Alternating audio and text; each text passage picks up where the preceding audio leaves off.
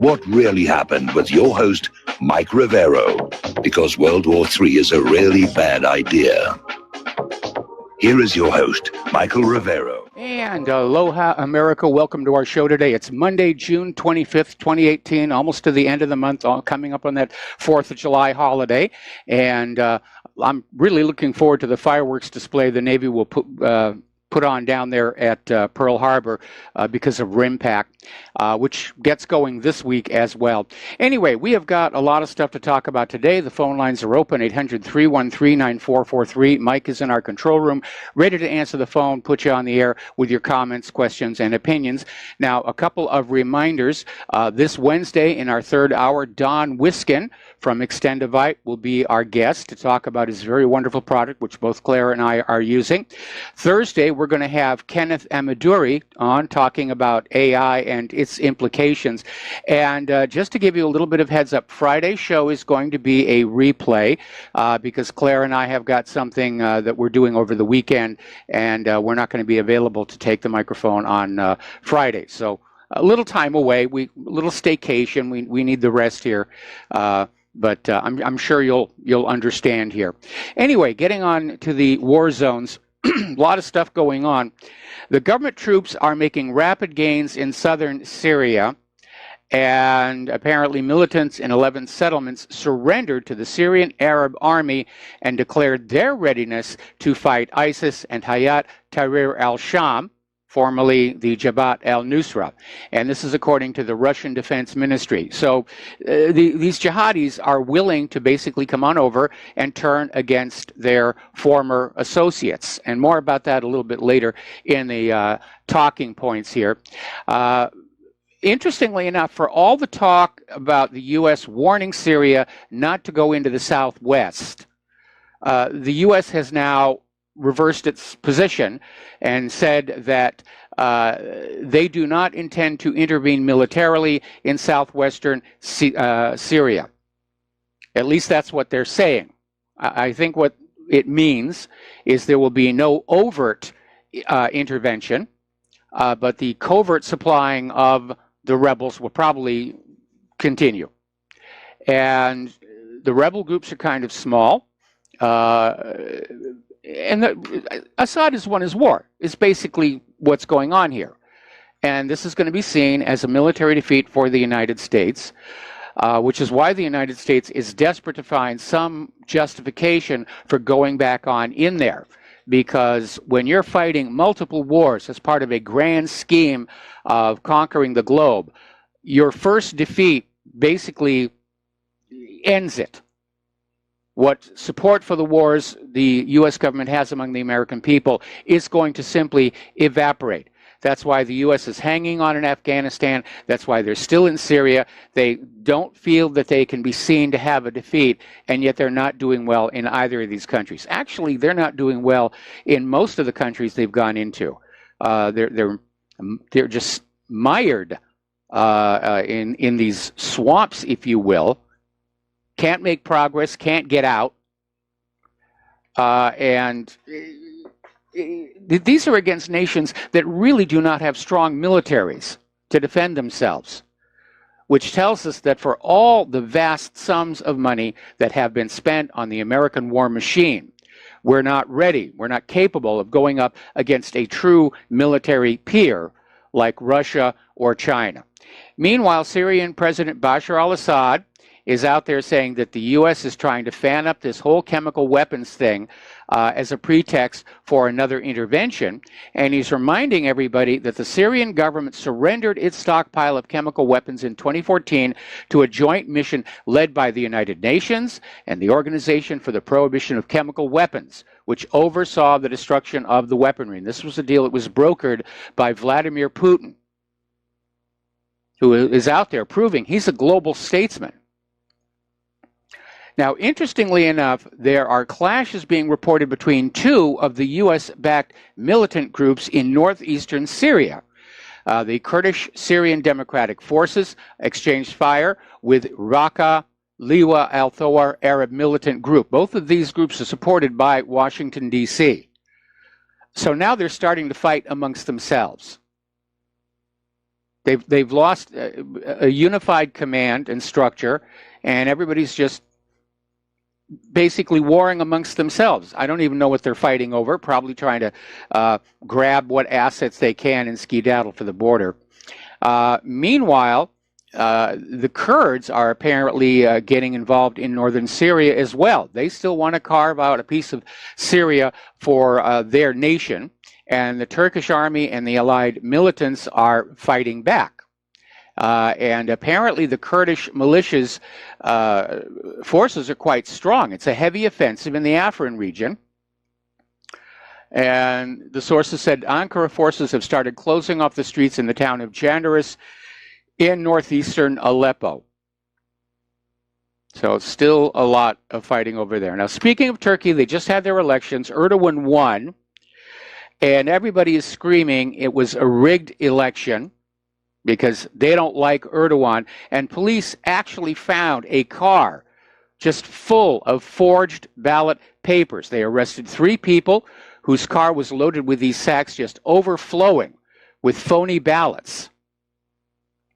And this is adding fuel to the speculation that Erdogan stole the election. We're going to take a break to do a shout out to our honor affiliates who are just now rejoining our network.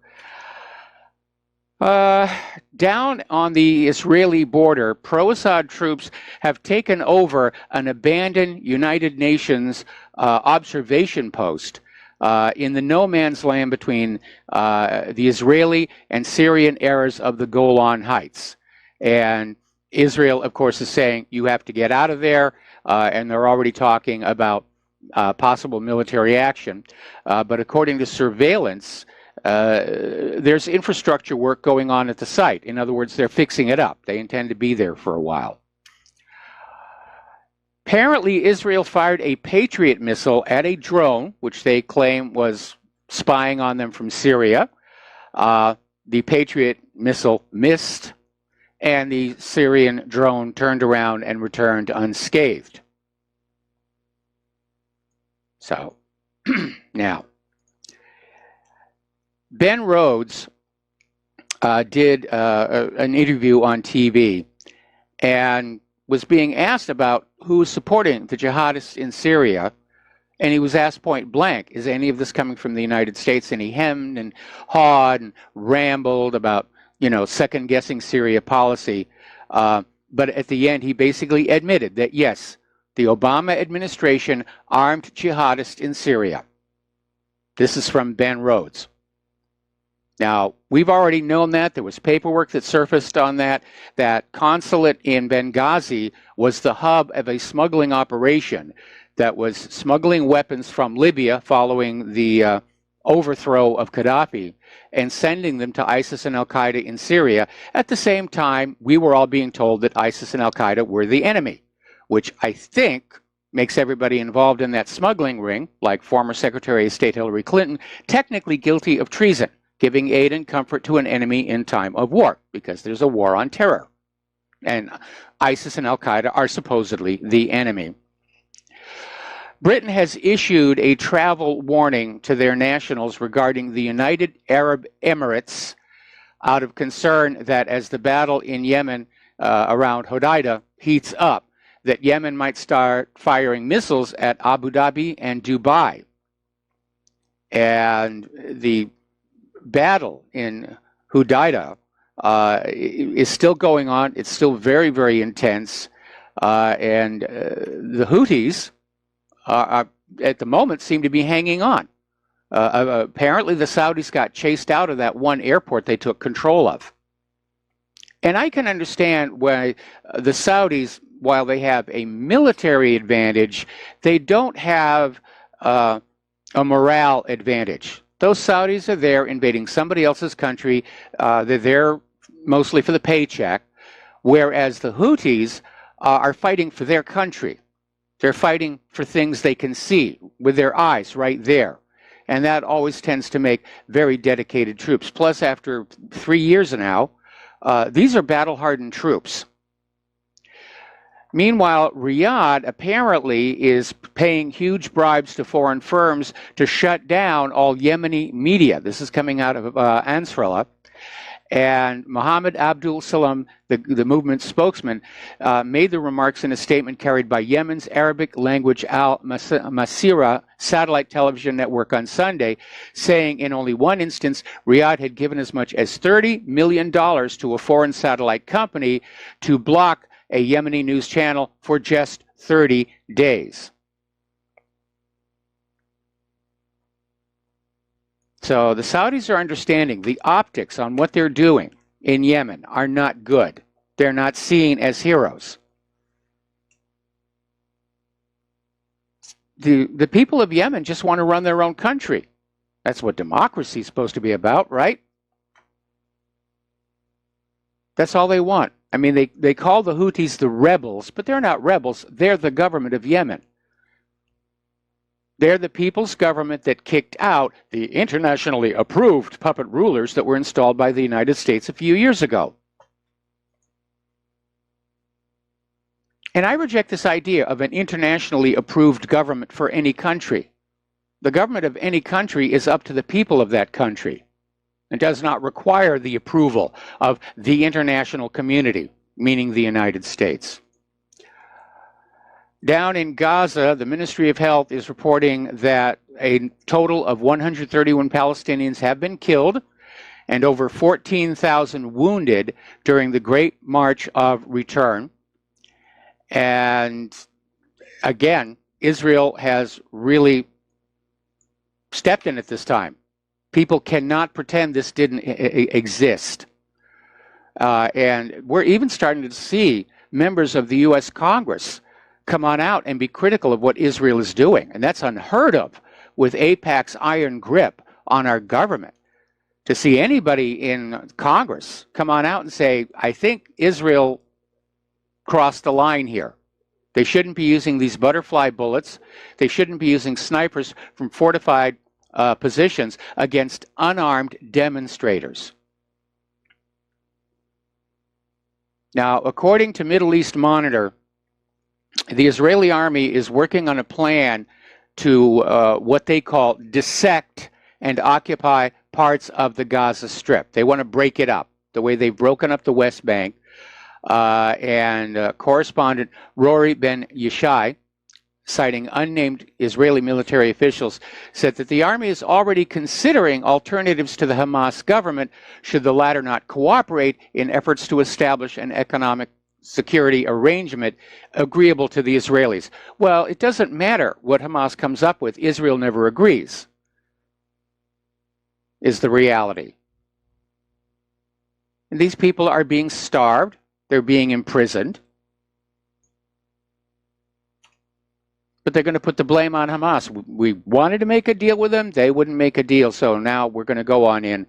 And I think it was only about 4 weeks ago,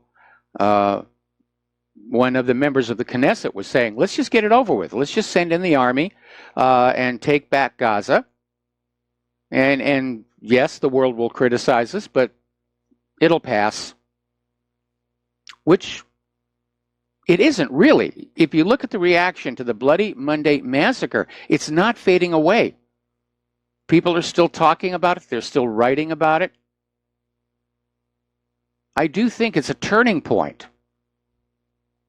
And supporting that is this article that came out of Middle East Monitor showing that support for the Palestinians is gathering speed here in the United States. People are coming on out and saying, yes, it's gone on too far, too much has happened, too much has been done. And we're not going to look the other way anymore. Now, that might get them in a little bit of trouble because according to this other article that we got from The Intercept, apparently the FBI, which has nothing better to do, now that it's no longer spying on Trump, I think, is starting to question pro-Palestinian activists just about the fact that they support Palestine. Now, it's not a crime to support Palestine. In fact, it's an expression of your First Amendment right to freedom of speech. But apparently these pro-Israel groups are gathering lists of people who post pro-Palestinian articles on Facebook or Twitter and they're giving them to the FBI, and the FBI is starting to talk to these activists. It's an intimidation campaign because these activists have not committed any crimes. None at all. Meanwhile, down in South Africa, things are going from bad to worse. Since Nelson Mandela and the African National Congress took over South Africa, more than 70,000 white people have been murdered, and untold numbers have been robbed, raped, and tortured. And again, it's something the corporate media chooses not to cover. In fact, they're fawning over the fact that South Africa is under black rule. Huzzah, huzzah, huzzah. But right now in South Africa, the murder rate for the white farmers is 20 times the international average. It's completely out of control. And somebody sent me some photos of the victims. And they're not just being killed, they're literally being chopped up. They're being killed with machetes and axes. Now, getting back to the issue of election fraud, this year's elections in Mexico are basically the bloodiest in their history. Lots of candidates have just been assassinated leading up to the elections here, and an entire police force of 28 officers has been arrested for the murder of a mayoral candidate in western Mexico, in the town of Ocampo. The entire police force were cuffed, disarmed, and interrogated by internal affairs officials. So, now, getting to our domestic political scene.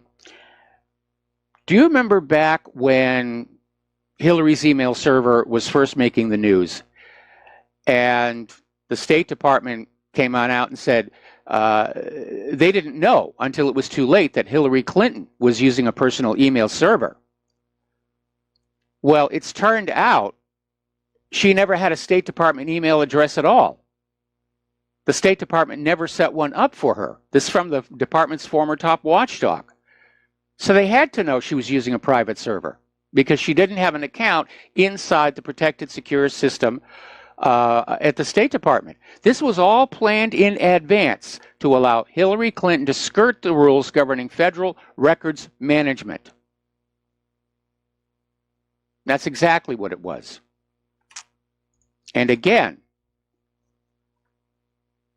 if she was breaking the rules to have private email, then she was doing something she didn't want a record kept of. And this gets back to my suspicion that Hillary was replaying the 1996 Chinagate scandal.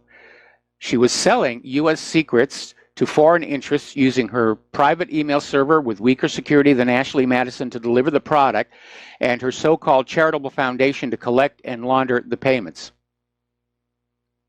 And there's something about that email server where that's the most protected point in all these cover-ups that we're seeing and all the stonewalling that we're getting from the Department of Justice and the FBI. That email server and what Hillary was doing with it seems to be where all the cover-ups overlap. It's the most protected point. And that's why we have to keep attention focused on it. Now, Representative Nunez is out there saying that U.S. assets were likely used to spy on the Trump campaign.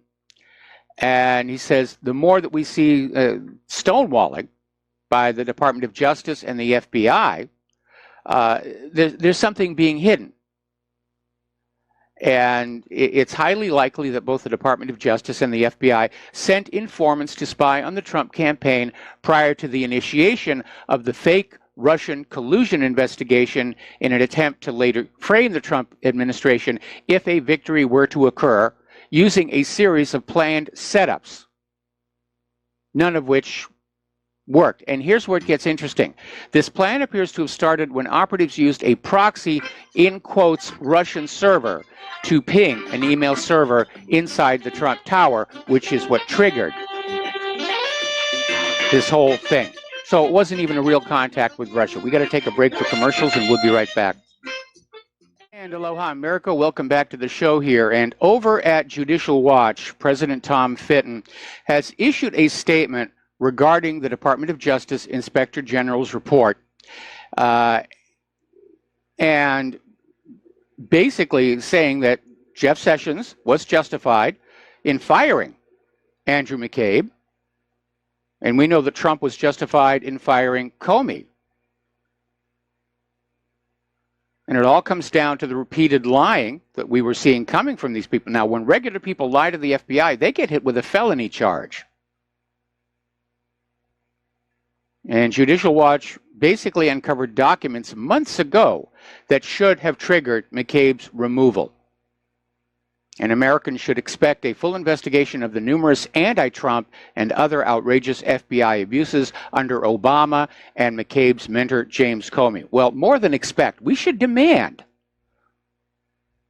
We have had 18 months of the entire investigative justice machinery of the U.S. government trying to find something on Donald Trump while ignoring the email server, which has never been properly investigated. We know that now. Okay. It's the Uranium One.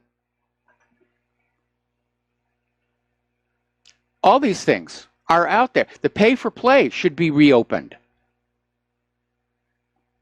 The IG report makes it clear that was never properly investigated. In fact, there wasn't anything about what Hillary Clinton was doing as Secretary of State or during the 2016 campaign that has had a proper investigation. That is the takeaway from the IG report.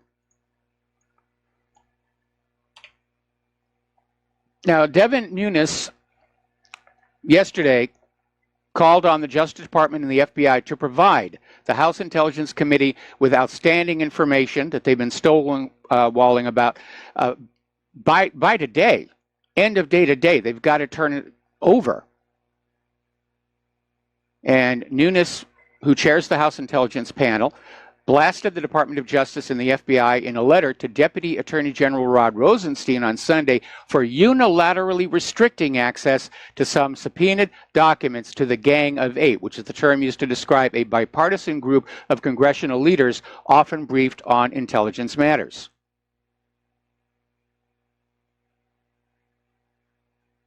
And one of the things that Nunes is demanding is to reveal when the spying on Trump actually began.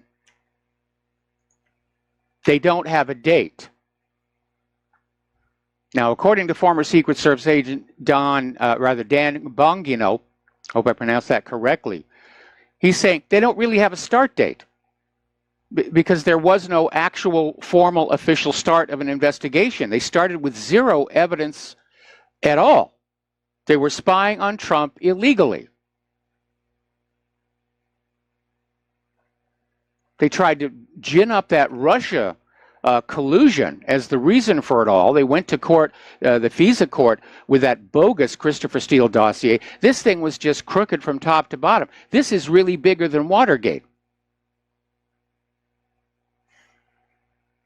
Now, one of the FBI agents who was outed recently was Sally Moyer, and she texted blank Trump. And it turns out she's a registered Democrat, which we could assume. But apparently her job on the Clinton probe, she was on what was called the filter team. And this team determined whether information obtained by the FBI is considered privileged or if it can be used in the investigation. So she was literally in a position to be able to divert damning information. But there's no bias at the FBI here, right? Nothing to see. There has never been a proper investigation. It was political and rigged right from day one. And the American people need to demand that something be done about this, that there be proper investigations. Turn it over to Judicial Watch. You know, Trump should hand them some additional enforcement powers if need be. It's for sure the current FBI and Department of Justice will not go along with the new investigation, or they'll just cover it up all over again. Give them a chance to polish the lies and propaganda. But that's the reality. With all this effort focused on Trump for the last year and a half, and before that, apparently, they're ignoring very obvious evidence of crimes that were taking place. Pay to play. The email server. The Clinton Foundation itself. Uranium One. All of that needs to be looked at. All right, we're coming up here on another commercial break, and when we come on back, more about what's going on with Robert Mueller and how he may actually be in a little bit of a corner. Good place for him. We'll be right back after these few words. And aloha, America. Welcome back to our show here. Now, over at Robert Mueller's special counsel office, he's in a little bit of a jam because this whole Russia collusion thing just fell apart, and that was supposed to be his job. And starting a few months ago, when it was obvious they weren't finding anything that could be exploited by the Democrats to get Trump, he started casting far afield. And that's not what special counsels are supposed to do. Special counsels are normally appointed to investigate a single crime. But supposedly Rod Rosenstein gave him a memo that said, well, you can just go wherever you want, just find something. And apparently that memo is one of the documents that is still being withheld. So Mueller was going after some of Trump's associates for crimes completely unconnected with the campaign, procedural stuff, stuff that shouldn't require a special counsel. And then in order to make a splash and just in a desperate effort to make it look like they started to find something about Trump-Russia collusion, Mueller indicted these Russian nationals and basically said they were running a troll farm that posted pro-Trump messages. That's it. That's the collusion right there, by golly. And then he sat back to let the media feed on that, secure in his belief that the Russians weren't going to show up and have their day in court. And that's where he miscalculated, because now the Russians' lawyers are there saying, yes, we're ready to go to trial. And at first, Mueller tried to block discovery, which you never do that. That didn't work. And apparently now he is hiring more prosecutors.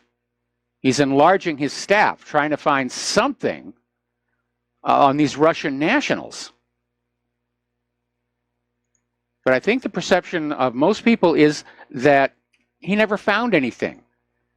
And he's desperately just out there scratching away, trying to find anything that justifies all the months and all the millions of dollars that have been spent on this. Now, here's a little tidbit that surfaced about the Inspector General's report. Apparently, there was a second appendix that was in the book. And according to this article that came on out of the Gateway Pundit, that entire appendix was redacted from the report under pressure from supposedly Department of Justice, and it was labeled law enforcement sensitive. And it's now being reported that the appendix contains damaging information on the Obama administration's former Attorney General Loretta Lynch. And it was just totally redacted and left out of the report. And when the IG report came on out, I said, it's a limited hangout.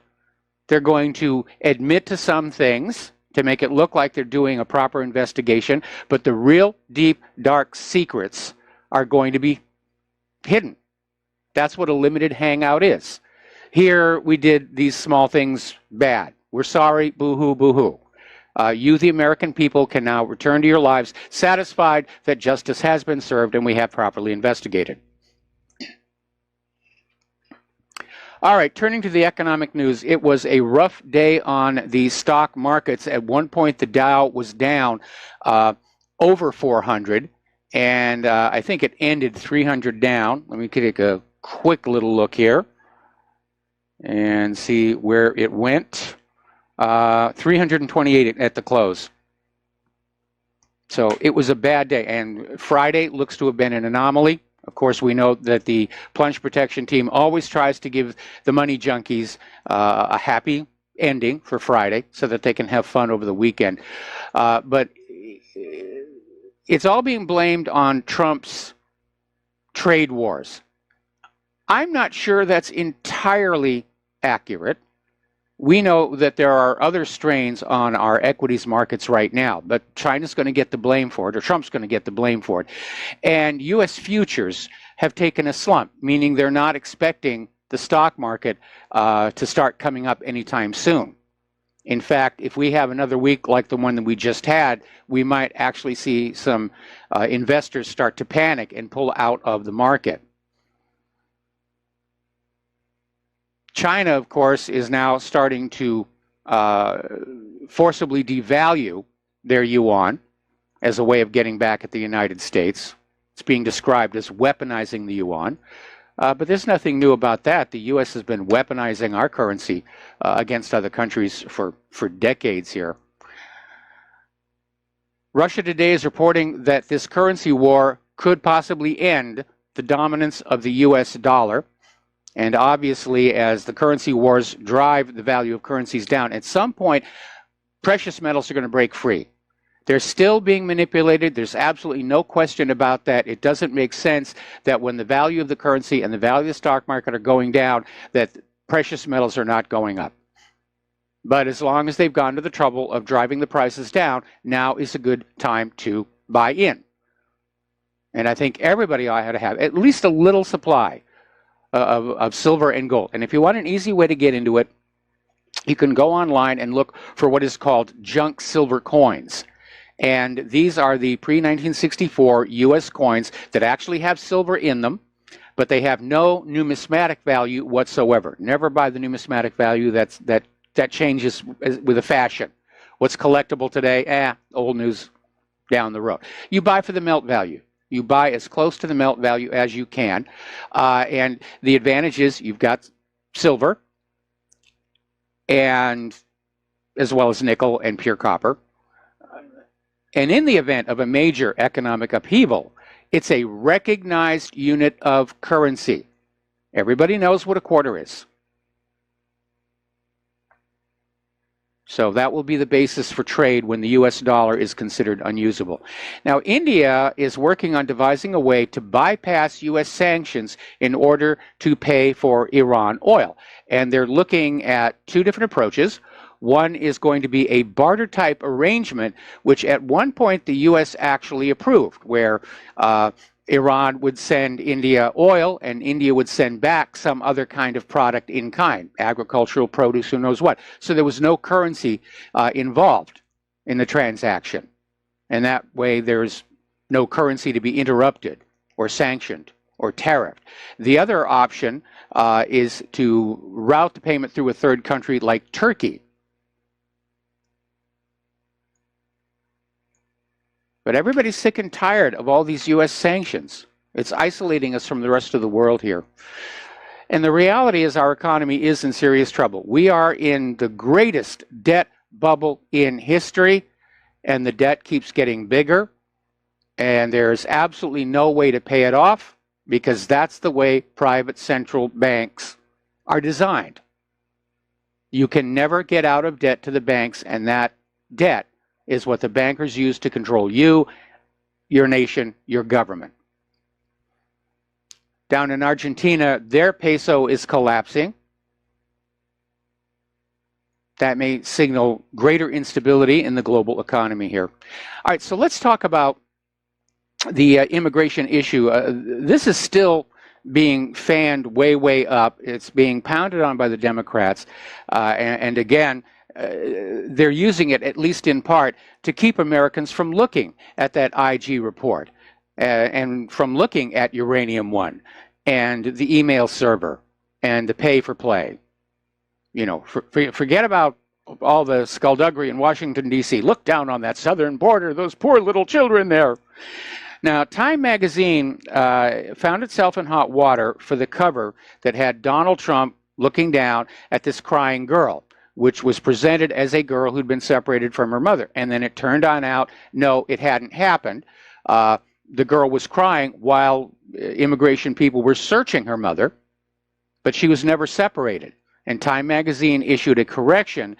Then today they came back on out and said, well, we were justified in using the image because she's become the face of the separated children, even though she wasn't separated. So Time magazine is trying to polish its image a little bit. The big issue right now is that Trump is saying that illegal immigrants should be deported with no judges or court cases. And of course, everybody's screaming, due process, due process, due process. Well, I agree with Trump on this one. If they're in this country illegally, what is a judge or a court case going to change about that? The judge is not going to say, yes, you can stay. To do that, you have to apply for asylum. That's a completely different area. And of course, the Democrats are screaming about this. The lawyers who would have made money in these court cases are screaming about it. And they're out there saying that this violates the U.S. Constitution's due process provision. And they're saying it applies to non-citizens. Really? Well, let's take a look at that, because Trump is describing these illegal immigrants as invaders. We're seeing the same thing in Europe with the refugees there. It's not immigration, it's an invasion because there's no control over it. Well, if they're invaders, why are they protected by the United States Constitution? It's just a way to try and keep the illegal immigrants in the country as long as possible. Now, the problem with this whole judge and court issue, it's called catch and release. They'll catch the illegal immigrants at the border and they'll give them a court date. But in most cases, the illegals never show up for the court case because they know what the judge is going to say, deportation. So they just go on into the community to find some place where they can kind of just sit there. Trump is right on this one. If you catch them at the border and they don't have the paperwork to be in this country, you turn them around. It's the same thing you'd get at passport control. If you're coming into this country and you don't have a valid passport, they're not going to let you through that customs gate.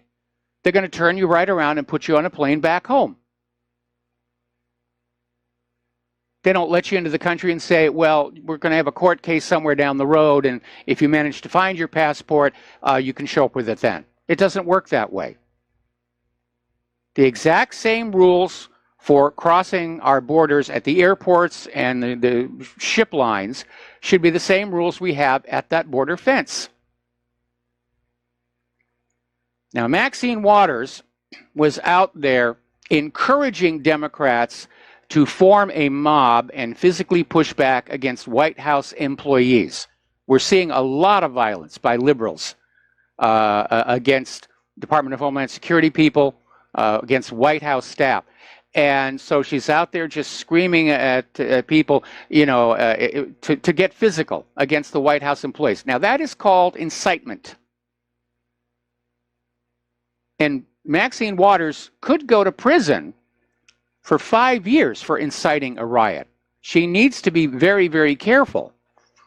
Now, over on The View, co-host Meghan McCain understandably criticized Maxine Waters for urging attacks, physical confrontations with Trump officials. And Meghan said it's absolutely insane and extremely dangerous. My father works in law, works in the administration. Does this mean when we go out to dinner we should be ambushed? And it is happening. Florida Attorney General Pam Bondi was chased out of a movie theater. She was there to watch Won't You Be My Neighbor, which is a documentary about TV host Mr. Rogers. And apparently several members of Organized Florida claimed they staged an impromptu protest when they just happened to see her at the theater. Now, this is like the third time A Republican woman or member of the administration has been confronted by protesters in recent days. And by the way, they always target women because they don't want to get punched by a guy. Story coming out of the Washington Times, is violence next? Democrats encourage aggressive public confrontations against Trump aides. And apparently down in Virginia, there was a restaurant owner refused to serve White House Press Secretary Sarah Huckabee Sanders. And they said, we're asking you to leave. And Sarah went on Twitter and said, her actions say far more about her than about me, which is true. Here's my question. Where are all the leftists who screamed that a Christian baker had to make a cake for a gay couple? Nowhere to be seen. See, it's okay to refuse to do business with Republicans. That's within their right. It's their business, their place of business. But after all the haranguing we have been getting about how us law-abiding gun owners are the dangerous ones in society, the liberals are just, out there with this outrageous behavior, hounding the Secretary of Homeland Security out of the restaurant, then demonstrating on her lawn with chants and blaring audio of crying children, denying the White House press secretary and her family dinner at another restaurant. We just talked about that one. Trying to get Hall of Fame basketball player Kevin McHale fired from his job as an NBA announcer because he attended a speech by the President of the United States. Liberals falsely accused an ICE agent who's a double amputee as a result of an IED explosion in Afghanistan of being a neo-Nazi. They misinterpreted a tattoo on his arm. It was actually his unit's insignia. And this is only a partial list. The liberals are the ones who are becoming dangerous out there. Representative Steve King posted a warning that the U.S. is heading toward a second civil war. And he's basically comparing the present-day actions of the anti-Trump resistance to the run-up to the Civil War. It's going to have another Harper's Ferry. And after that comes Fort Sumter. And after that comes a great deal of unhappiness. I don't know about that. I mean, after all, us dangerous conservatives, we have all the guns. All right, we're going to take another break for a commercials here, and we'll be right back with more about immigration. And aloha, America. Welcome back to the show. We're talking about the immigration issue. And you probably recall recently when I said this idea of separating children from adults makes perfect sense. If you get arrested for a crime, whether it's crossing the border illegally or robbing the local convenience store, you're going to go to jail. And they will not let you take your children with you. And apparently a lot of people came to the same conclusion here, that, yeah, it makes absolute sense.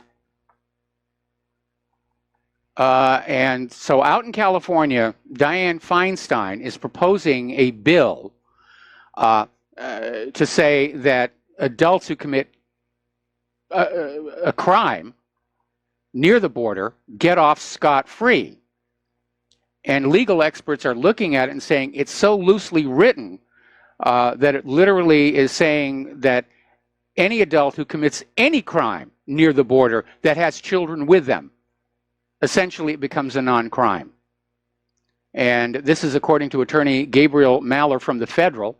And he's saying that Feinstein's bill would provide that an agent or an officer of a designated agency shall be prohibited from removing a child from his or her parent or legal guardian at or near the port of entry or within 100 miles of the border of the United States, suggesting that any crimes committed in those areas by people with children, they're going to get off.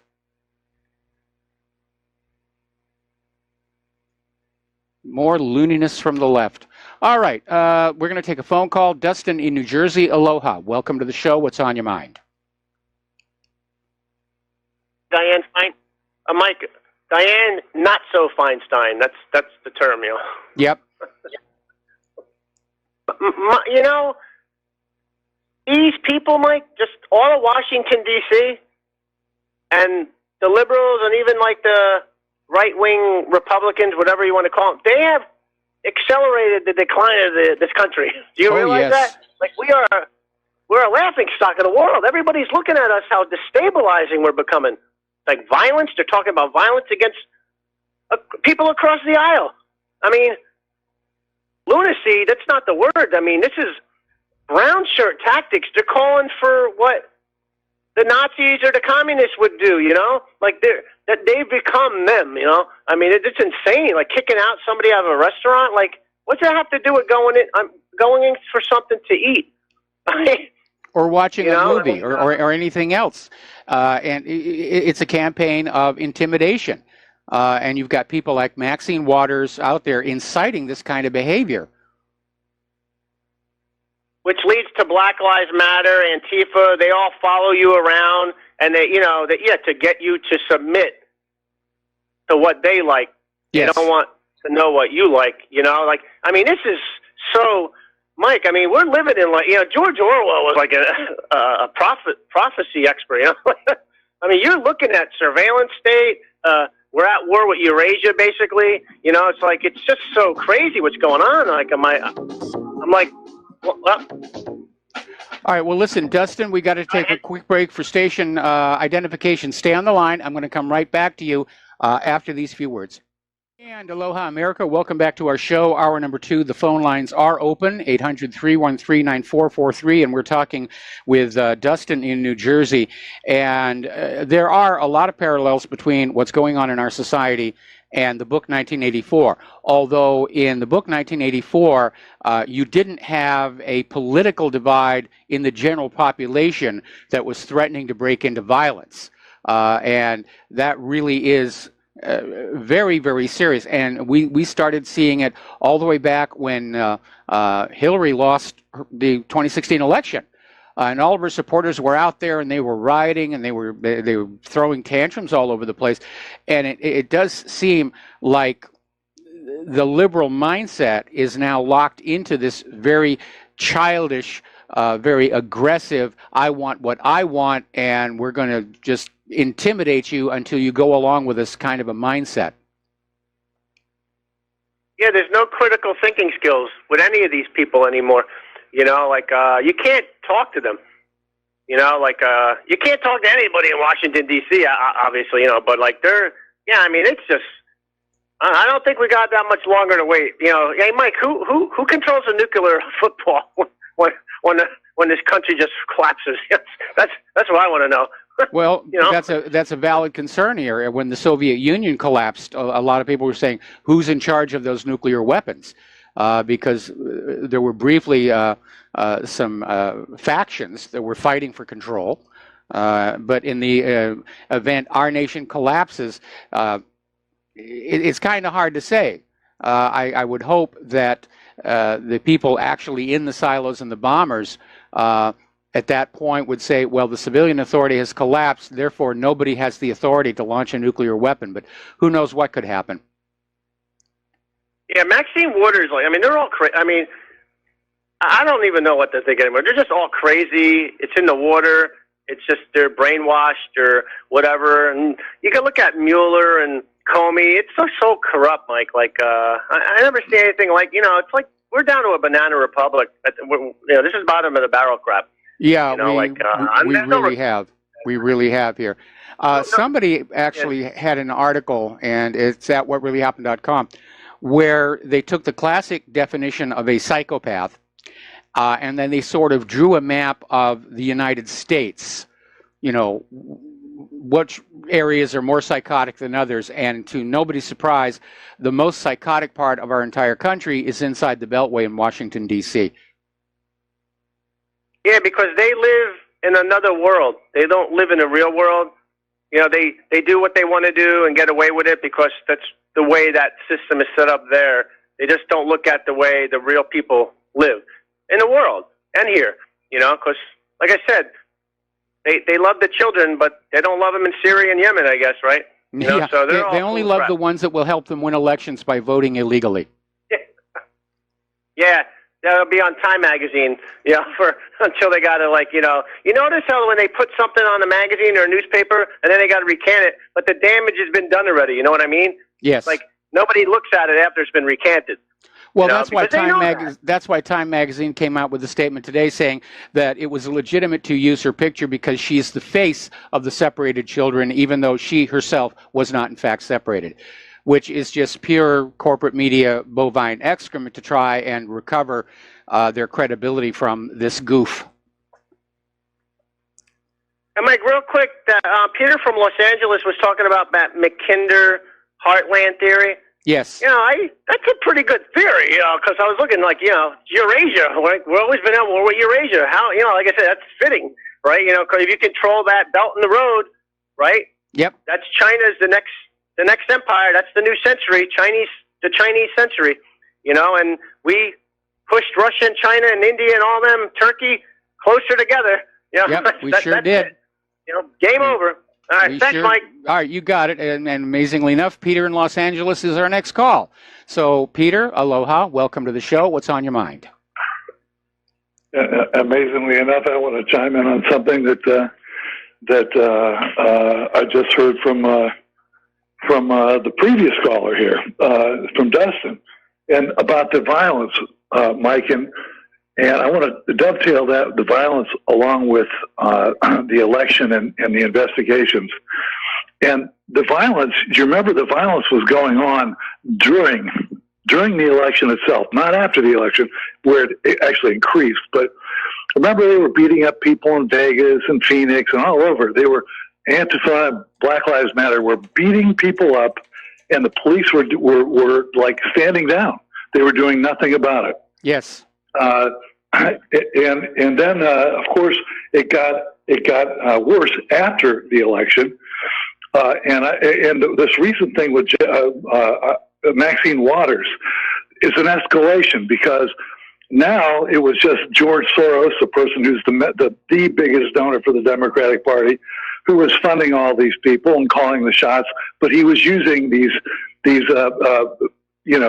crisis actor, rent-a-mob, Antifa people to do this. And now it's escalated to the point where we have elected officials, just as you say, inciting riots. Yes. And they're not only going after supporters, now they're going after officials and government officials and people like that as well. So it's an escalation. But to go back further to the investigation, the whole thing with this surveillance state and all that, it's a cover-up. The whole thing with the Mueller investigation and the Russia thing. Listen, it was Obama was surveilling these people. There is no date on when it started, because it started as soon as he came in. As soon as he gave all of our stuff, we know where his mind was, where 3 months after he came in the office, he gave all that information, all the intercepts we have to Israel, unvetted. Yes. So, and had cover from the Israeli lobby in doing it. And so he continued.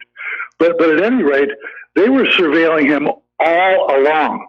And when they finally went to get those FISA warrants in the July before the election, and the first one was turned down, and then they came back in September, October, and finally got one approved falsely, with false evidence, as it turns out, with that dodgy dossier thing. But that was just simply like another insurance policy by Obama and his ilk to cover the fact that, well, what happens in the off chance that we lose? That because not only should he go to jail, I mean, be impeached if that was he were in office, but he should go to jail even now if it comes out that he was doing that. But that gave them an excuse. Well, we had this ongoing investigation. We suspected it all along. And that's why they've stonewalled it so long, Mike. They're just covering up. And by the way, Michael Hastings got murdered for what he was going to divulge about intercepts and surveillance, remember? Yes. Then, of course, Seth Rich got murdered. All these people are murdered. They're killing people right and left to cover that up. The Hillary server, the Clinton Foundation, But you know what? It comes back to Clinton's, and by the way, who appointed her? Obama. Who appointed Brennan? Obama. Who appointed Comey? Guildenstern and Rosenstein, and Horowitz. All these people are Obama people. Yes. Clapper. They all report to the same guy. They're all appointed by the same guy, and they're all in it. All their agencies have been suborned to do this unconstitutional stuff, and they're in to cover it up too. You know, my understanding is Obama still has an office located in Washington, D.C., and they have meetings We're going to there. hang anybody. It should be Obama. We should hang Obama. Stop short of doing that. Remember, he's the worst ex-president. I would say, yes, he's a terrible president, but we don't advocate violence here against anybody, no matter how tempting it may be, of course. After a fair trial. Yes. We'll give him a fair trial, followed by a first-class hanging. It's one of my favorite lines out of Silverado. Yeah. So, but yeah, it is a huge mess, and they're covering up because this is a scandal that is bigger than Watergate. It involves a lot more of the intelligence community, a lot more people, and yeah, they're trying to keep it covered up, but it's bit by bit, it's coming on out, and we just need to keep sharing with people who do not listen to Republic Broadcasting, or who are off at the beach today instead of listening to Republic Broadcasting, and to people who are not reading websites like whatreallyhappened.com. We need to share this information and say, this is a problem. The takeaway from the Inspector General report is there was never a proper investigation into Hillary Clinton's email server. There was never a proper investigation into the pay-for-play schemes. And it's just this huge, massive corruption that is killing our nation. Again, they've thrown Manafort into jail for, based on nothing really. Yes. But they didn't even interview Hillary. Didn't get interviewed. It never was put under oath. All her direct reports got immunity. They were allowed to destroy evidence at will. All her supporters in all the key positions. I mean, but look what they did to Manafort. Yep. The whole thing needs to go. There's a lot of people that need to go to jail here, but it will never happen. Well, what needs to happen, and I said this before, Trump's biggest single mistake on coming into the White House was he wanted to be magnanimous in victory, and he kept a bunch of these Clinton holdovers. And what he should have done was basically accepted all of their resignations and started putting in very strong conservative people who would actually do the job. And I don't know what is constraining Trump from doing that. He has the authority to fire these people at any time for any reason. They all serve at the pleasure of the president. He doesn't need to justify when he fires somebody. The IG report basically said he was fully justified in firing Comey. And it is his authority as the president. And he needs to put on those presidential brass knuckles and start going to work and get these Obama holdovers out, because they are clearly working against him. Mike, the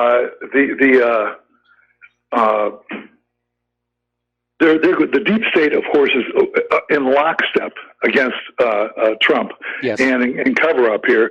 And every single time that we have something like this IG report, in itself completely cleansed and redacted, completely sanitized, so to cover up for their side.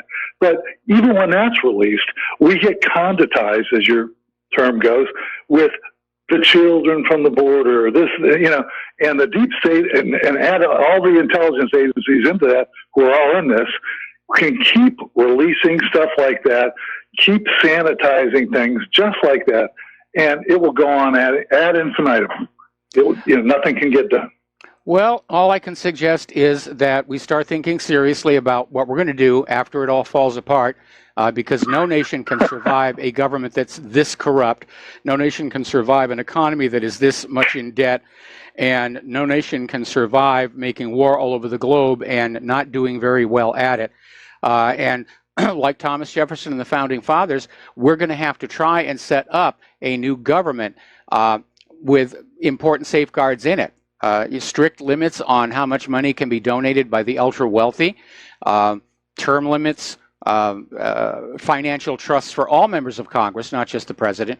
And there's a long list of things that we can do, starting with the Constitution and the first 13 amendments, and just say, this is where we're going to go with this, and go back to being a republic with a strong economy, strong manufacturing, strong borders, rather than this liberalized, we're just going to take everything and socialize it and give it away to people who vote for us. Because that's where we are right now, the bread and circuses phase.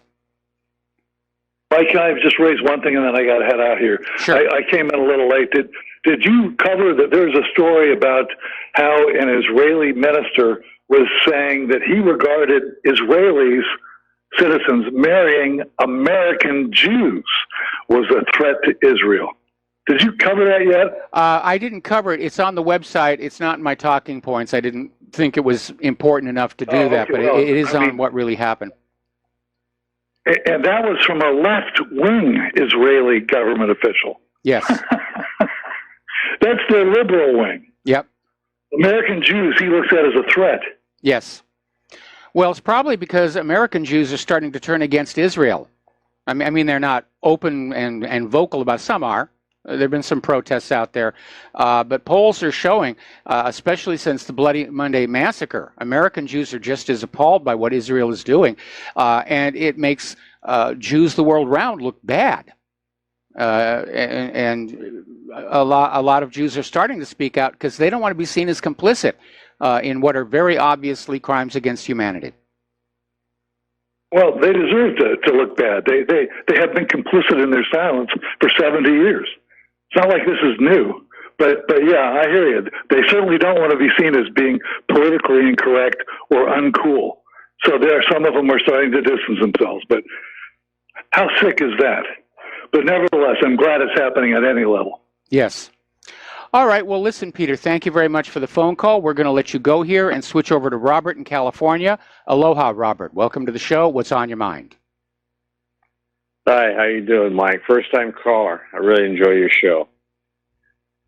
Mike, I want to talk about the economy and the misinformation that's being spread about it being a robust economy that's on the climb. It really bugs me. What I'm focusing on is the labor force utilization rate. I think it's about 62.5%, 63%. Yep. Am I about in the ballpark? That's about where it is, yes. Yeah. So that means that 37% of the workforce is not being utilized. So where are they? That's almost 100 million Americans, legal American citizens. And the government does a little bookkeeping trick. If you've been out of work over a certain period of time, so many months, you're moved into a new category. I don't know what they call it, chronically unemployable, and they're not included in the calculation of the unemployment number. I see. Very convenient. Yep. One of the other observations that I have is that with so many people out of the workforce, so many able-bodied people, something like 37%, and you're losing, and every day that they're out of work or underemployed, you're losing the productivity.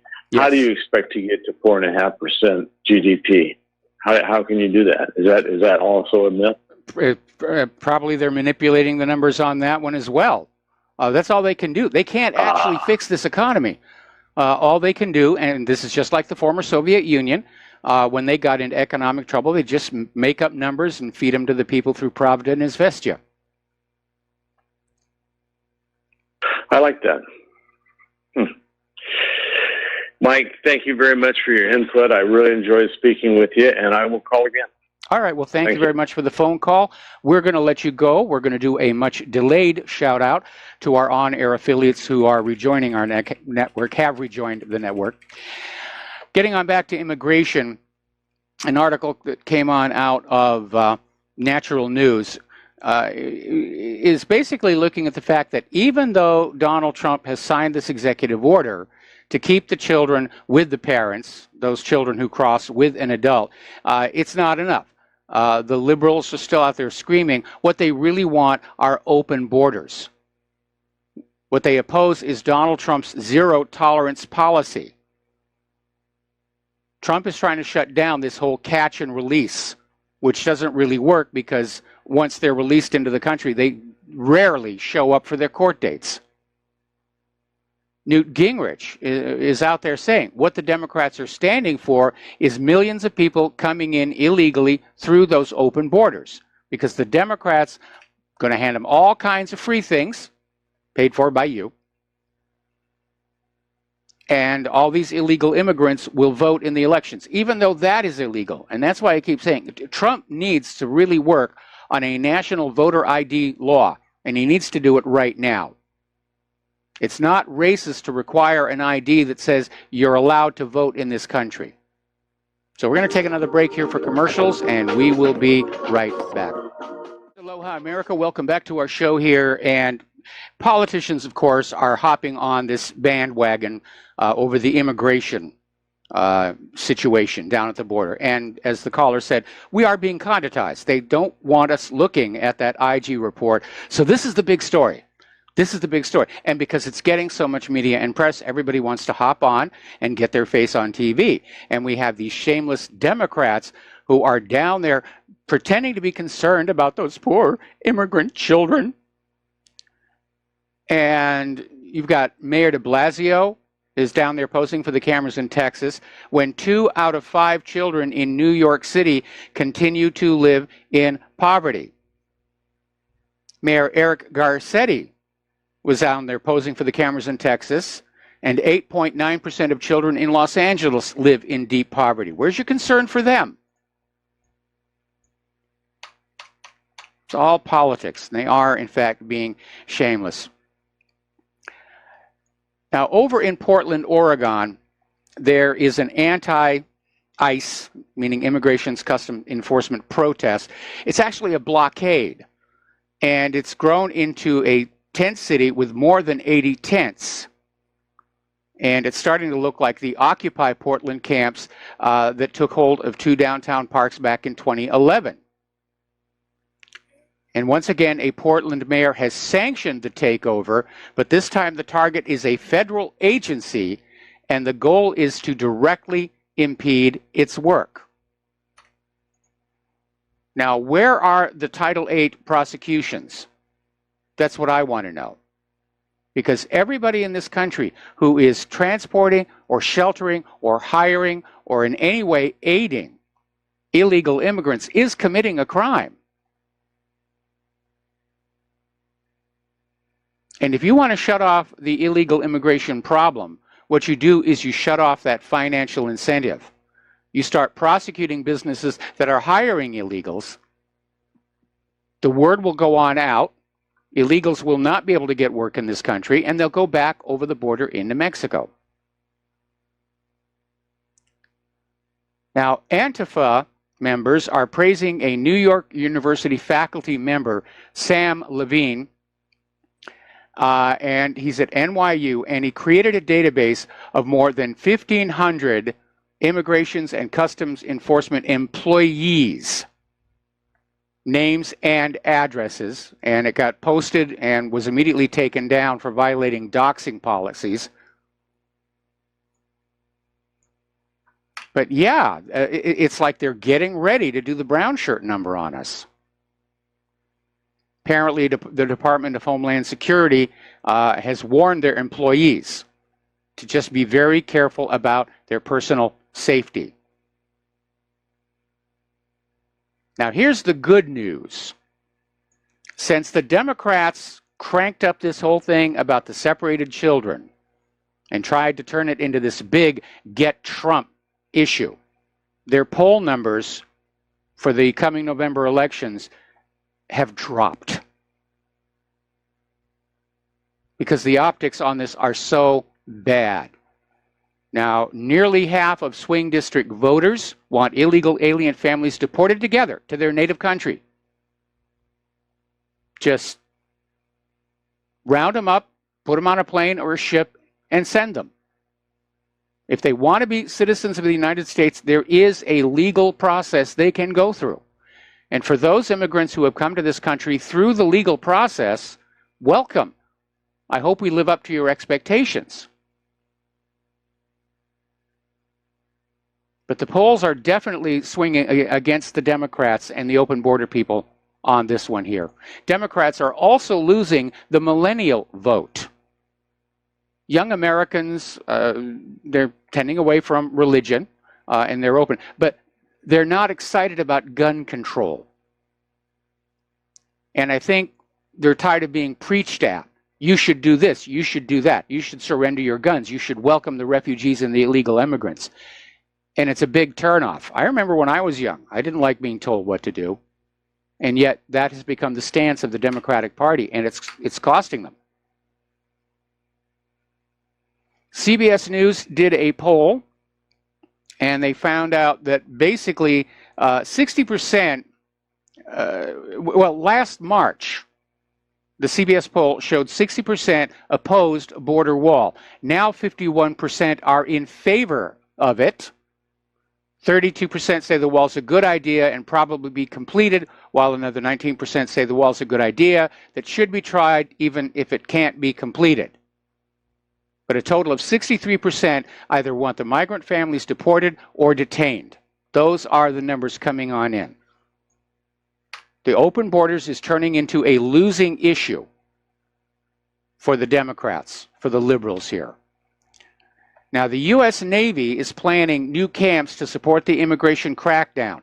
And as usual, the liberals are howling because they rely on that catch and release to complete getting the illegals into the country where they can be registered to vote. And Trump is now taking the position they're going to be detained and basically starting to use military bases. I think Trump wants to shut down those for-profit detention centers, which are costing so much money. Anyway, we're going to take another break for commercials. We have another caller waiting on the line, and we'll be right back.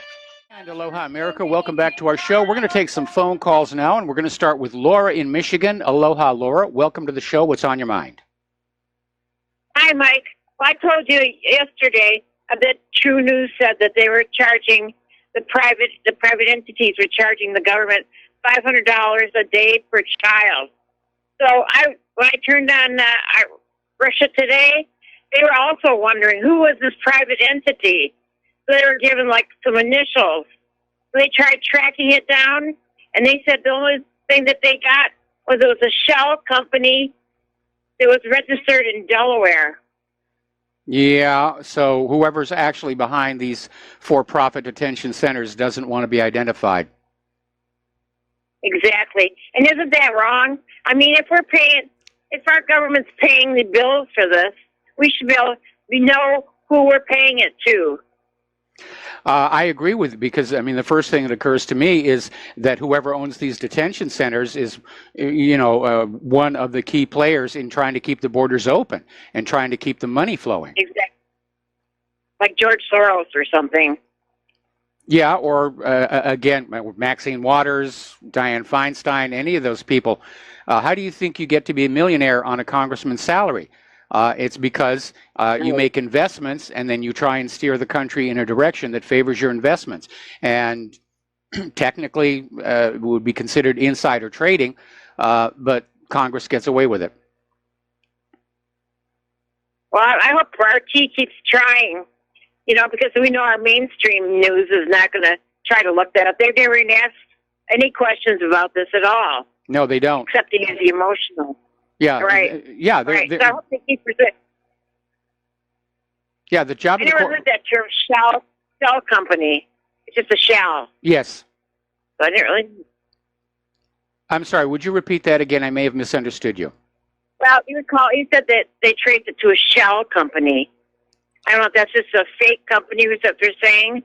No. Well, it's the legal framework for a company that's in Delaware, which doesn't have strong corporate disclosure rules, but behind that is going to be another company that is actually making the money off of all of this. Okay, I just thought I'd finish up the story with you. Hopefully we can find out more. as the time goes by. It would be interesting to know. It would be interesting to know. Anyway, Laura, thank you very much for the information and the phone call. We're going to let you go and switch over to Kathleen in Paris. Aloha, Kathleen. What's on your mind today? Hi, Michael. Thank you for taking my call. I heard a very surprising video from Ryan Dawson, I think it was today, about his efforts to immigrate his wife to the States. And I don't know if you got to see that little video that I think I sent it to you. Do you know about his story? Yeah, I do know about his story, and you know, of course, Ryan is trying to do it the legal and proper way, and it is amazing that while literally millions of illegal immigrants are being poured into the country by the Democrats, that there is a lot of resistance to allowing legal immigrants. They make them jump through hoops. Yeah, and they do. That's what he said. He said that he's spent thousands of dollars, and other people have spent thousands and thousands, even more than him. And he's an American citizen. He's married to a Japanese woman, and he moved her there. They moved there and, you know, started the process before they moved there. But after a year and a half and all this money, they gave up and went back to Japan. Yep. Yeah, I'm not surprised. And I'm not surprised. And he thinks that that's part of the problem, is that it's so difficult that people just, you know, throw up their hands and do it illegally. And when he went to Japan and did the reverse situation to have residency in Japan, it was just a matter of months. Yeah. Yeah. So when I was working, have to make it easier. When I was working on Final Fantasy, I made friends with two people who were from Europe, and they were trying to become U.S. citizens. And it was something like 5 years on, and these were productive, gifted people. They were a benefit to our economy, and certainly they were a benefit to the motion picture industry. But it was still 5 years, and still stumbling block after stumbling block after stumbling block.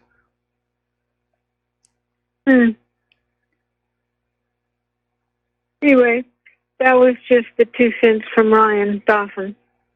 Well, no, I can understand how frustrating that can be. And again, like everything else in this country, it's been turned into a racket. They want you to spend money on lawyers and immigration consultants and guides and everything. Again, it's just another racket. And I felt I didn't understand that he had that problem. Well, and you know, I listened to his. I'm subscribed to his channel, and so I hear a good number of his broadcasts. And people often criticize him for living abroad and being a political activist for the United States, but living abroad. And, you know, it's kind of not his fault. No, it isn't his fault, and it's a gratuitous argument to try and shut him down. And to be very honest, throughout the years, Claire and I have toyed with the idea of leaving the United States, but unfortunately at our age, it's going to be very hard to find any other country who wants to take us in. So we're kind of here for the long haul. And there was at one point where I was offered citizenship down in Australia to be part of their motion picture industry. And I got really close to accepting, and then there was just some part of me that said, no, I'm an American, and I'm going to go back and fight the good fight, as it were. Anyway, Kathleen, thank you very much for the phone call. We're going to switch over to Lenny in California. Aloha, Lenny. Welcome to the show. What's on your mind? Hey, thanks for having me, Mike. Hey, listen, in reference to your conversation with Dustin earlier about who would be in charge of the nukes as if, you know, who was in charge of the nukes when the Soviet Union fell. I just have a quick question for you. Didn't they find out that recently the people who were supposedly in charge of launching the nukes were all on LSD? I seem to recall a story like that. Not the people at the very top, not National Command Authority, but yeah, apparently there's a huge drug problem among these missile crews, and apparently, you know, staying down in those silos day after day for their very long shifts, after a while, it gets to them, and it is a problem. But the thing is, without authority from the nuclear football, those crews in the missile silos can't launch a missile. You know, they could like accidentally knock one over or something dumb like that, but they're not going to set off a mushroom cloud. Yeah, and you know, I don't know if you saw the story on Drudge Report about the new king of Della, the 23-year-old son of the Hashemite dwarf over there, King Abdullah of Jordan. Now he's sending a lot of troops to the border with Syria because he doesn't want the blowback of the ISIS fighters who are trying to get the hell out of Syria now because they're getting the crap kicked out of them by Assad and Russia. And now, and I don't know if you remember a couple of weeks ago that he almost went through a coup in Jordan. Yes. So apparently he's trying to reach out to Assad now and trying to make amends, but now somebody else is talking about his son taking over power in the new so-called kingdom of Jordan. Now, I just want to put a question to you. Isn't it funny how some people are allowed to have kingdoms and other people aren't even allowed to have borders? Yeah, it's kind of an interesting little dichotomy. And but this idea of no borders is brand new. I mean, for as long as there's been organized civilization, there have been borders. And if you don't have borders, you don't really have a nation, is what it comes down to. Exactly. Now, one more thing I want to talk about. I don't know if you saw the Information Clearinghouse article where Ralph Nader took on both Laura Bush and Michelle Obama when they came out and said, "Oh, the children," and you should keep the families together, to keep the children together because nothing's more important than the children. And Ralph Nader said to Laura Bush, "Where was your concern for the children when your husband went in and bombed and killed so many Iraqi children?" Yes.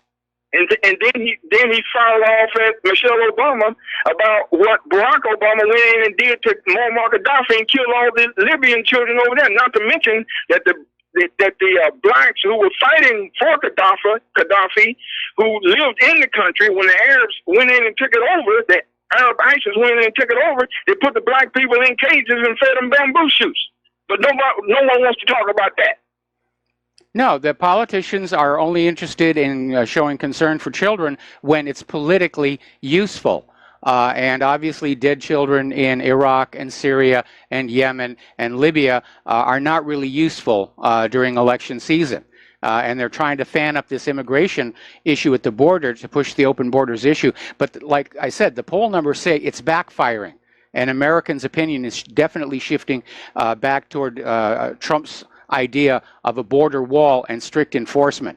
And remember, Eisenhower was able to absolutely stop the illegals coming across the border from Mexico. They called it Operation Wetback, which would be considered politically incorrect these days, but that's what it was called, Operation Wetback, with only 1/10 the resources of the current ICE. And of course, I still think they ought to put crocodiles in the Rio Grande, but that's just me. Yeah, and in terms of Maxine Waters, let me say this. She only cares about no one but herself. All right? And I think that certain people should be ashamed to have her as a representative.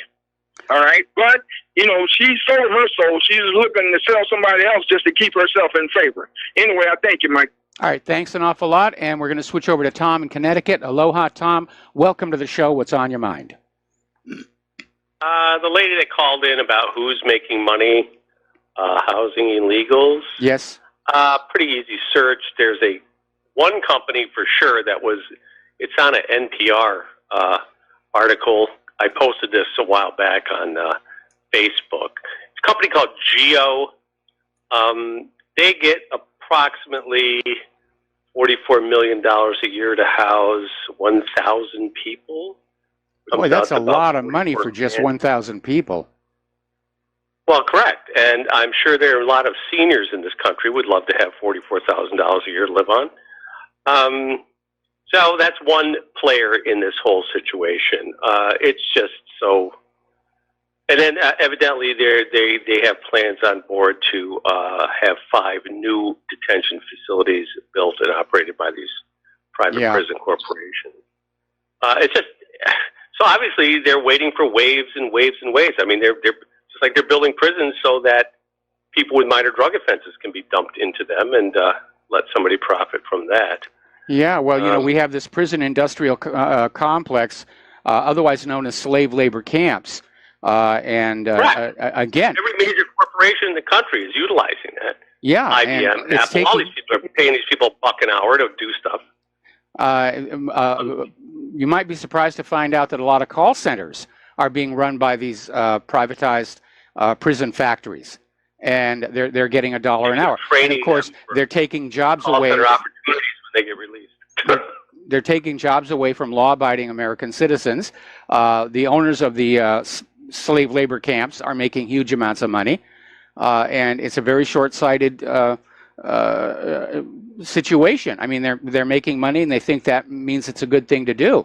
But there have been judges who have been caught and even disbarred for literally sending minor offenders into these prison factories because the prison factories contract with the local government says that the police and the courts, they've got to have a minimum occupancy, and if they don't, there's a financial penalty. Mind-boggling. So what do you think when Maxine Waters walks into a restaurant establishment and somebody says, "I don't like your politics, Maxine. Could you leave, please?" Oh, she'll scream racism or something like that. This is so sad. This is so sad. Take care, Mike. All right. Thanks an awful lot. Okay. The phone lines are now open and getting on back here. So as I was saying before we got off onto other topics, it looks like Trump may actually be wanting to pull away from these detention center for-profit corporations because he's starting to use military bases to house people. And according to a draft memo obtained by Time magazine, the Navy plans to build temporary and austere tent cities to house 25,000 migrants across 3 abandoned airfields in Alabama. 47,000 people at a facility near San Francisco, and another 47,000 at a training center in Southern California. And of course, the liberals are screaming because they don't want these people detained. They want them out in the general population. Democratic leaders have openly said they're relying on the illegal immigrant vote to win November and 2020, ignoring the fact that illegal immigrants, non-citizens, are not allowed to vote in our elections.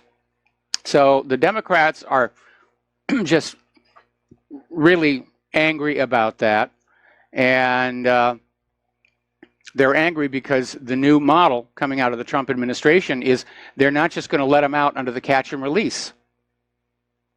And again, the problem with the catch and release is the immigrants don't show up for their court dates. Why would they? What's the judge going to say? You're deported. Now remember, all of this was not started by Donald Trump. They tried to imply that, oh, he's cruel, this is his evil policy. But it goes back all the way to the Bush administration, and certainly Obama's administration expanded the program. All those cages, those photograph cages, the children sleeping under aluminum foil, that all happened under Obama. And now he's being sued for it. We'll be right back after these few words. And aloha, America. Welcome back to our show. And we're talking about this lawsuit from the American Immigrant Council.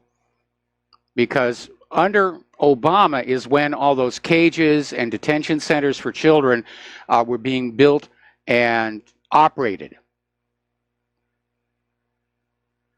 And the corporate media tried to sell everybody that this was all Donald Trump's idea, and it wasn't. So the American Immigrant Council is now suing Barack Obama on behalf of the illegal alien children who claim they were mistreated in Obama's holding facilities. Now that raises the question about whether a former president can exert sovereign immunity. But at least they're making the effort here. Now, as you know, Trump had a press conference on Friday where he hosted 14 members of what are called the angel families. And the angel families are the families of victims killed by illegal immigrants. And he had these people around him, and some of them held up photos of the loved ones whose murderers turned out to be illegal immigrants.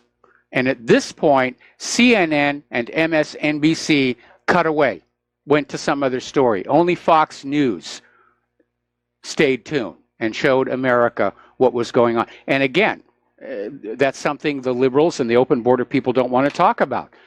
The crime wave that is being caused by the illegal immigrants. And not just murders. We're talking about a lot of drug trafficking is being involved. Now, looking over at Europe, something is funny is going on with these so-called refugees that were taken into Spain. Italy refused them. Italy's refusing all further ships. Spain took them in, and the Red Cross showed up with a bunch of blankets and, you know, some very simple clothing. And somebody noticed after they were gone that these refugees had just thrown the stuff away. And some of these refugees were spotted at a restaurant in Cheste, paying for drinks using 100 euro bills. They're going out, they're having parties, they're just having a lot of fun, despite the corporate media reports that they're traumatized from their crossing from Libya.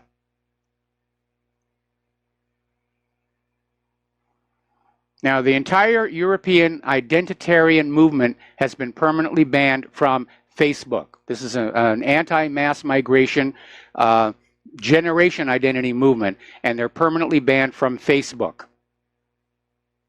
Facebook declared them extremist content. So now, wanting secure borders and wanting a rational, controlled immigration policy is now considered extremism. By the way, have you noticed that for the far left, you know, anybody who is not in lockstep with them is immediately denounced as far right. You're a far right extremist. How dare you not agree with us? All right, there's the music. We're going to do a break for station identification. We'll be back with hour number 3 after these few words. And aloha, America. Welcome back to our show here, hour number 3. The phone lines are open, 800-313-9443. I'm going to back up my talking points because this story just came on in and definitely goes under the category of bad optics for the liberals. Now, we were talking about how White House Press Secretary Sarah Huckabee Sanders and her family were kicked out of this rural Virginia restaurant, the Red Hen restaurant, by the liberal owner. And now we're finding out that wasn't enough. After Sarah left, they went across the street to another restaurant. The owner of the Red Hen restaurant literally followed them across the street to harass them at the other restaurant they went to. All right, let's take a phone call. Don in the Philippines. Aloha. Welcome to the show. What's on your mind? Oh, Mike, I think, in my opinion, the way to stop this thing, it should already happen a long time ago, to stop all these threats. I think it's against the law. As far as I know, it's against the law for somebody like Peter Fonda to recommend kidnapping the Trump's son and raping him and all this. Well, I hope he gets a visit from the Secret Service, to be very honest. Well, you should not only just get that, they should prosecute him. And if they do visit with the Secret Service, it should be very public. We don't hear anything about this. So these guys, until somebody stops them a little bit, or at least acts like they're doing something wrong, they have no idea the difference between. They're just going to keep on pushing it until somebody stops them. And I think you're right that Maxine Waters is inciting a riot. That's what she's doing. There's no doubt about that. That's against the law. Yeah, that is against the law. It's punishable by 5 years. Now, there is a law that says... Anything. I'm sorry? Yeah, the Department of Justice, the FBI, whoever's in charge of this, I guess the FBI, I mean, they should be prosecuting these people, or at least starting to prosecute them and making them apologize or something like that. Well, they should, but they aren't. They would stop. They'd quit doing all this stuff. Yeah, I mean, they're just obsessed with Donald Trump, and they're you know, they're not going to go after a fellow liberal. I mean, you know, what do you think that these are? Unbiased organizations? Now, there is a law that makes it a federal crime to threaten the life of the president. I don't know if it extends to his family. My opinion is it probably should. Yeah, and when Madonna said she wanted to blow up the White House, that's definitely the life of the president there if he lives in the White House. I mean, they let him get by with crimes and don't even think about trying to prosecute or anything. Well, you know, I got another comment though about the. There's another issue here, and that is not turning some of these liberal whiners into martyrs to the cause. And that may be one reason why they're, you know, Trump at least himself is treading lightly. He doesn't want to be seen as, you know, overreacting to what the liberals are going to claim is a proper exercise of the First Amendment. But again, the polls are showing America is turning away from the Democrats and the liberals, and probably it's because of this childish behavior. And every time they resort to incitement to violence or threaten to kidnap a member of the president's family or any of this other irrational behavior, it's sending a signal to the American voter. The Democrats don't really have any ideas. Because if they had some real ideas that would appeal to the American public, they'd be talking about them calmly and rationally. But this unending display of hysterics and tantrums is signaling the Democrats don't really have anything that's gaining traction with the American people. They're trying to create one. They're always trying to create an issue to run on. Hillary was running on gay rights and abortion and feminism, sexism, victim class stuff. And now, of course, they're trying to fan up this immigration issue, but this one's backfiring on them. Right. You're right, Mike. That Trump is basically winning by doing nothing and not trying and keeping a low profile. I want to make one other comment about books. As far as a prophetic book that from way back in the old days, another one is Catch-22 by Joseph Heller. Yes. He had this guy. There was a mess officer named Milo Minderbinder, and all this guy wanted to do was.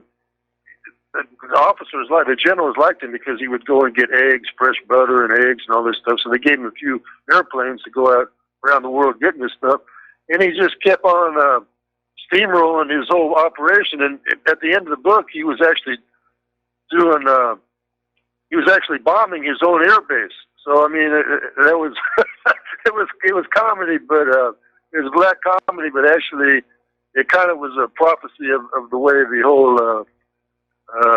Privatization of the military is working nowadays, and it's all about money. Okay, I'll let you go. All right, thanks an awful lot. And you're right, it is all about the money. Okay, we're going to do a shout out now to our on-air affiliates who are rejoining the network.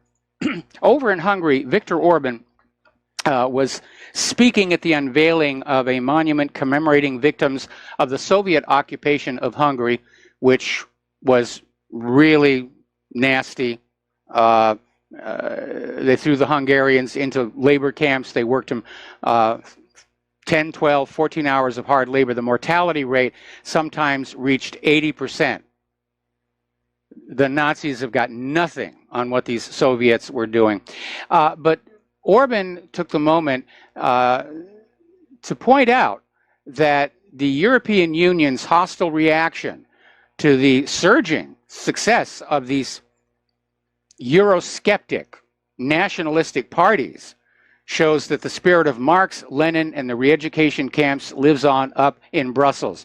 Orban also took aim at Western Europe, who extol communism forgetting the millions that had perished under the heel of red dictatorships in the Soviet Union and in Hungary under Soviet occupation. And he says, to this day, the European left continues to see communism and its crimes in a very peculiar, blurred light.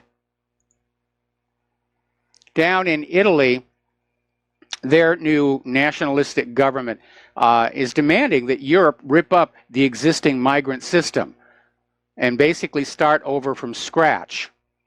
And one of the major reforms they're talking about is that migrants not be allowed to have the benefits of the Schengen system, because migrants will get into any European country and then they move to some place that's really nice, like Germany or Sweden, and that's a problem for Germany and Sweden.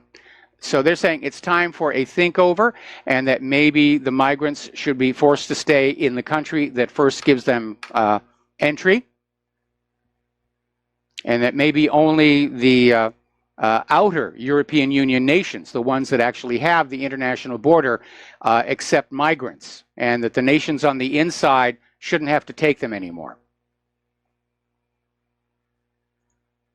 Italy is also taking Macron to task, saying that he risks being enemy number one on this refugee migration issue.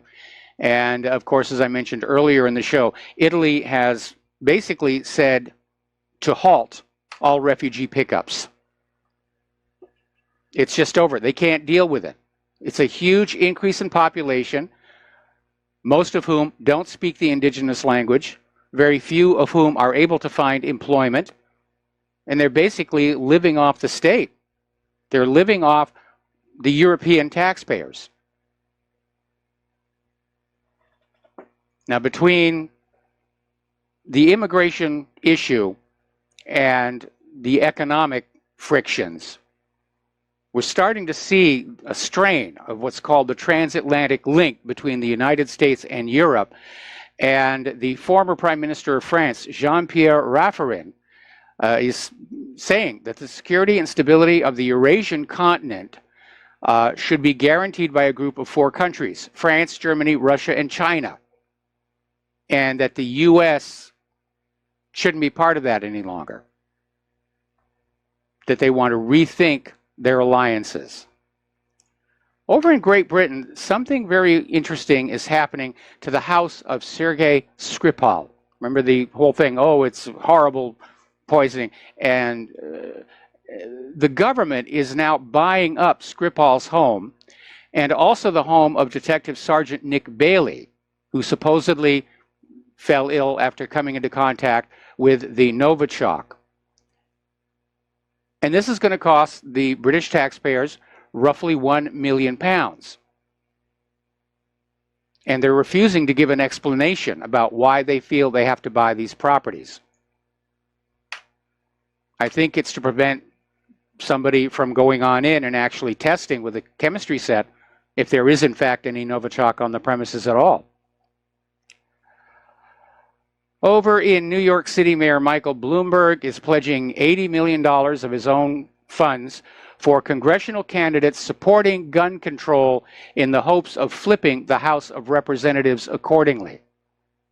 Now, this may again backfire, because earlier in the show we reported how the Democrats are losing the millennial vote, and the gun control appears to be a big part of it.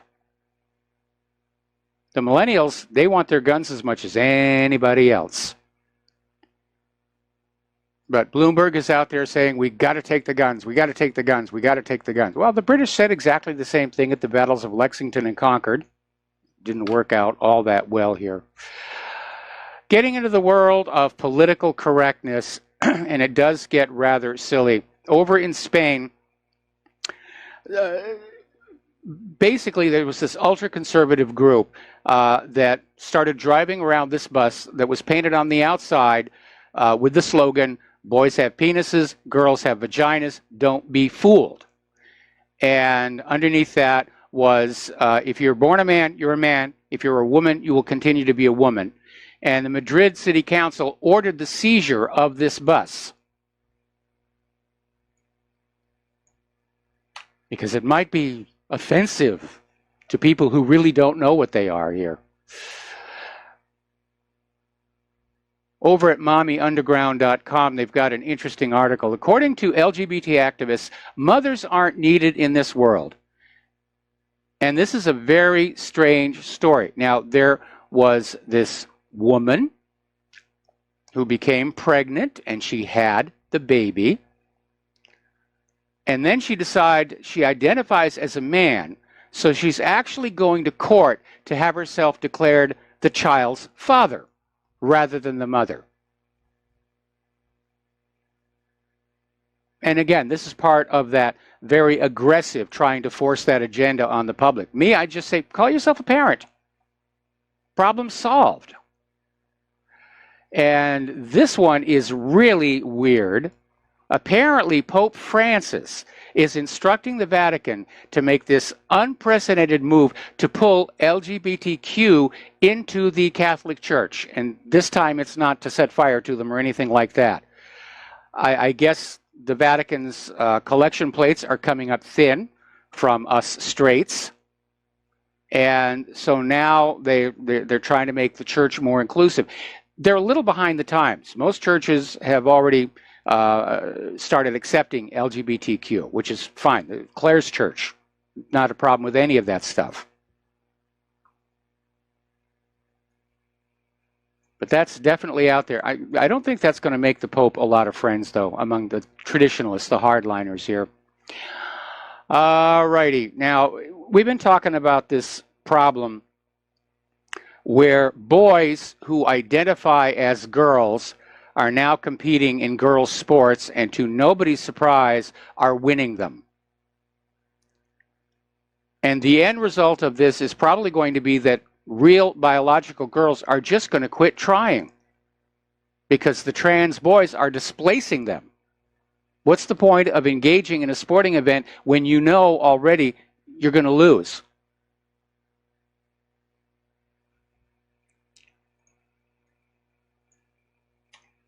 All right, turning here to a little bit of local news. I was down at a place of business that is on the street where they're building our local section of the Honolulu rail system. And I was asking the proprietor of the business, do you think this thing will ever be finished? And he said no. And if he's right, if it gets abandoned, then we're going to have this hideous concrete thing stretching across the southern shore of Oahu. And there are already people who are very unhappy because they bought or rented homes with a nice view of the Pacific Ocean, and now they've got this concrete slab right in the middle of it. But the real issue is that it has just gone so far over cost. And right now, the Honolulu Rail is the most expensive rail system per capita in world history. The original price tag was $3 billion. It's now up to $13 billion, and they're still not sure if that will cover it. And they've already pulled back the section that was supposed to go into the Ala Moana Shopping Center. Now it's been pulled back to Middle Street, because apparently a single mile of this rail costs $500 million. And the HART board, the Hawaii Area Rapid Transit, is still obstructing a full audit of just where all that money went. And there's a couple of grassroots organizations on Oahu saying there needs to be an account. This is a taxpayer-funded project. It should be totally transparent. Why is it a problem trying to get an audit? It's also years behind schedule, and they've had so many problems. Bad design. They designed the supports for the station before the station itself was designed, and they assumed these stations would weigh a certain amount, and it turned out when the design was finalized, they're much heavier. So now the supports are going to have to be buttressed and stiffened and strengthened because they were already built. Those contracts went out. Those contracts for those supports for the stations should not have gone out until the contracts for the stations did. And they've had problems with the pads on the rails that hold hold the rails on top of the uprights, cracking. They've had to replace a bunch of those. They're having to literally replace all of the cars they already purchased because of cracks in the frames. These are, as the name says, it's light rail. These are aluminum cars, and the frame is 4 aluminum I-beams down the floor. And they're cracking. And it turned out it was more expensive to try and dismantle and repair these cars than to just sell them for scrap aluminum and buy all new ones. So it's just gone on and on. It's crazy. Over in Iowa, rather nasty situation. As you know, Iowa is still dealing with a lot of floodwaters from all the snow that we had this last winter. And unfortunately, a 31-car oil train derailed going over a bridge and went right into the floodwaters. 230,000 gallons of oil. And of course, the floodwaters are just spreading it downstream. It's forced evacuations. They're concerned that the drinking water supply in the area may become contaminated.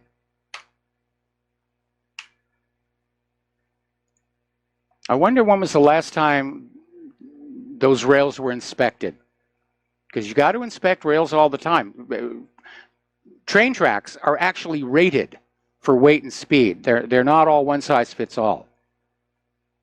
And some tracks are set up for very heavy transportation, others not so much. So we'll see what happens there and why this train derailed, but it's a bad one. Alrighty, let's get into what's going on in the world of computers here. Apparently, Cisco is patching a critical Nexus flaw, and they've got fixes for 34 flaws in their software, including 24 that affect its XOS software for firepower firewalls and the NXOS software for Nexus switches. So if you have either of those products, you need to see about getting an update. But you know, getting an update's risky.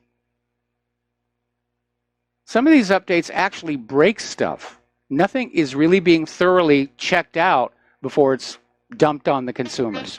Anyway, we're going to take another break for commercials, and we'll be right back. Aloha, America. Welcome back to our show. And yes, Republic Broadcasting, and for that matter, whatreallyhappened.com, we do need your support if we're to continue the work that we have been doing for, these many years. And I'm sure that probably John Stadmiller, like me, never thought it would go on this long. When I started this all the way back in 1994, I figured, I'll expose the murder and the government will clean itself up and I'll go back to being a visual effects person. And obviously that did not happen. But if you can help, there's no such thing as too small a donation. And the postal address to send that donation is Republic Broadcasting Network, 2251 Double Creek Road, number 302, Round Rock, Texas, 78664. If you would like to call in to make a credit card donation or to pledge to be a recurring subscriber, that number is 800-724-2719, extension 1 during business hours, extension 3 during all others. Checking on my mailbox, somebody just wrote in a clarification about this whole kids being separated from parents. Apparently that began during the Clinton administration, and there was a lawsuit that said separate facilities had to be provided for children, again, because the adult facilities were probably way too dangerous. So that's where it actually all began. Let's take a phone call now from Mateus in Canada. Aloha. Welcome to the show. What's on your mind? If I was a gambling man, I would say that the reason that lawsuit got started was probably because of some children being sexually abused in the groups. And then so that's probably why they ended up separating the children. Anyway, in Canada, in Toronto, there's a professor of Toronto University. He has tenure, and forgot his name, but anybody looking it up would find him. He's a real champion for freedom of speech, and he's really taking on the establishment and opposing this Canadian legislation that's criminalizing not using the transgendered pronouns. And so I just really like this guy. He's very man of few words. Yes. And he's unemotional, and he just like just a killer in a debate. Like, you would not want to go up against this guy in a debate. Just like cream you, excuse me, cream you with like 10 words. So I just wanted to show my support for this guy thing. And hey, do you think that politicians, what do you think of this idea that when they swear in their oath of office, do you think they should be hooked up to a lie detector and asked if they would sell their mother for $1? Well, the problem with sociopaths is they can actually fool lie detectors, because lie detectors only work on people who feel remorse over the fact that they're lying, who have a sense of guilt. And these people just do not. That's a problem, I guess, with the technology. Yeah. Well, the lie detector has never been a solid technology anyway. Its results are not admissible in a court of law.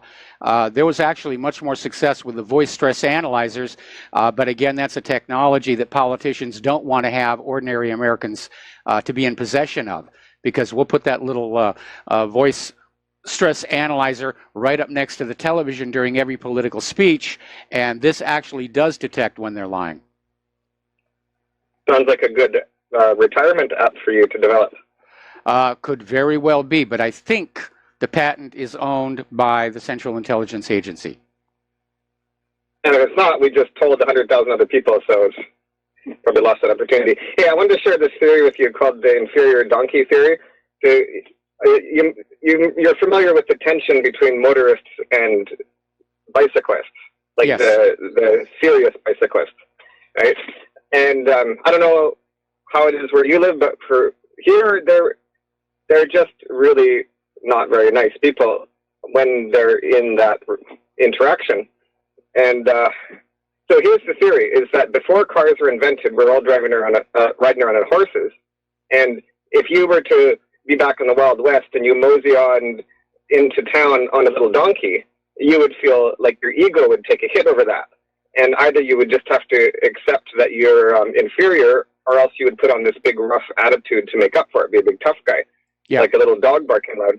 So basically, the car, the motorcycle is very clearly the horse in the 21st century. That's pretty straightforward. It's even the same riding dynamics. And the car is just a stronger horse, basically. And so a bicycle that you have to pedal with your feet is like the equivalent of a donkey against a stallion in the Wild West.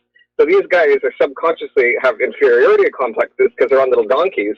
And they're trying to make up for it with this overinflated ego. I don't see that here. We have a very active biking community. A lot of the roads in Honolulu have dedicated bike lanes. And I'm sorry, I just don't see that. Of course, I live in the land of aloha. There's not as much aloha as there was when Claire and I first moved here. My biggest problem, though, is that the quality of driving cars is really an issue. I don't know what it is about Hawaii drivers, but especially the last couple of years, they're speeding, they're doing reckless things. Claire and I saw somebody run a red light the other day, and it makes driving less fun for us to go on out. Anyway, listen, Mateus, we're going to let you go. Going to take another break for commercials, and we will be right back. And aloha, America. Welcome back to our show here, and we're going to take a phone call from Tom in Indiana. Aloha, Tom. Welcome to the show. What's on your mind? Hello, Mike. I just wondered if you ever tried to connect the dots with JFK Jr.'s death and Comey and those guys with the CIA, Brennan, and all those people. Well, I've done a lot of work on JFK Jr.'s assassination, mostly pointing out that it was an assassination, but the primary motive appears to have been political, because JFK Jr. Was set to announce that he was going to run for the New York Senate seat, eventually held by Hillary Clinton. And obviously, if he'd stepped into the race with his family's name value, he probably would have defeated Hillary Clinton. And so he's flying out there to Martha's Vineyard, and the airplane just sort of happens to fall out of the sky, which unfortunately has happened to a lot of people that the Clintons didn't like. Yeah, I just wondered, since they already had the nucleus and shows what backstate party they were, is it possible that they probably did this too? We don't know who the actual players were. And again, it was all covered up and declared to be a tragic accident. But looking back in hindsight, there's definitely reasons to doubt the official story. It wasn't bad weather on the island. I have family that lives on Martha's Vineyard, and they said on the night in question, the weather was clear. They could see the stars. They could see all the way to the mainland, which means anybody up in the air approaching Martha's Vineyard would have had a clear view. They had just installed some new high-powered lights in one of the towns, so there was a ready reference point. And JFK Jr. was flying VFR, but he had completed his training to get his instrument rating. So he was fully capable of, in a crunch, using, for example, the Vortac to get himself onto the runway. But he didn't really need to do that. He was a very, very good pilot. And the plane just literally tumbled out of the sky, according to the radar. And who could be the players that would cover that up and delay a 7-hour search? Who could do that? Somebody with a lot of political pull. And like I said, my JFK Jr. article is up at the top of the main page of whatreallyhappened.com. It's in that little gray box full of permanent article links, and you can read all about it there. Thank you, Mike. Aloha. Aloha. All right, there we go.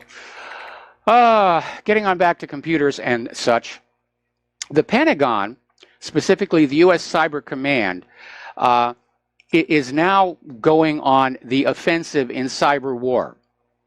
Now, originally, Cyber Command was supposed to protect the U.S. in general, and the Pentagon in particular, from cyber attacks coming from elsewhere.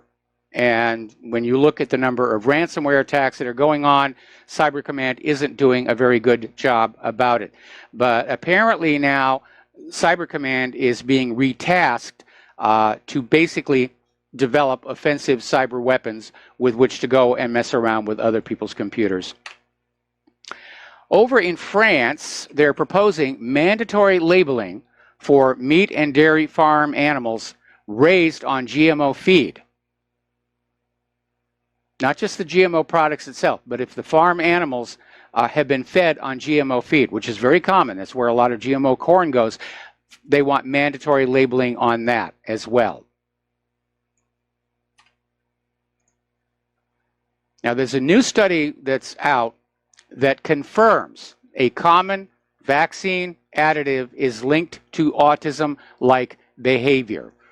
Now, scientists at the University of British Columbia recently concluded studies of how aluminum affected behavior in young rats. And what they found was that rats exposed to aluminum in early life exhibited social symptoms similar to autism, specifically a decreased social interest when compared to normal, non-exposed rats.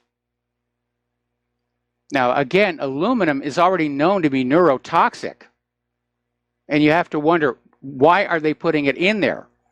Well, in theory, the purpose of an adjuvant is to irritate your body, to provoke a response so that you will develop antibodies to whatever pathogen is in the vaccine.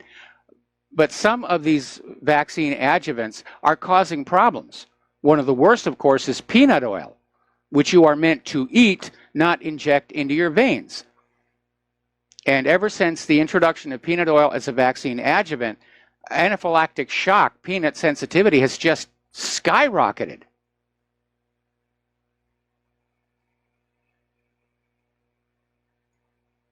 So, now, apparently over in North Carolina, the state bar is filing a lawsuit against the nation's leading vaccine rights attorney, Alan Phillips, to force Phillips to hand over years of his client's files or risk being jailed for civil contempt. And it's a witch hunt. Now, obviously, somebody somewhere would like the list of people who have hired Alan over the years. We don't know why, but I don't think it's for a good purpose. It's for another campaign of harassment. And I understand why the vaccine industry is hardlining this, because if it ever came on out that vaccines were harmful, you're looking at lawsuits going back a half century. They'd be out of business. They'd be forced to go bankrupt. They'd be gone here. Now, you've probably heard about this natural anesthetic, if you will. It's called Kratom. And the U.S. Drug Enforcement Administration is getting ready to decide whether they want to schedule it and make it illegal. 5 states have already banned the drug, and that is Alabama, Arkansas, Indiana, Wisconsin, and Vermont. And this has caused a lot of problems for whom Kratom was helping them.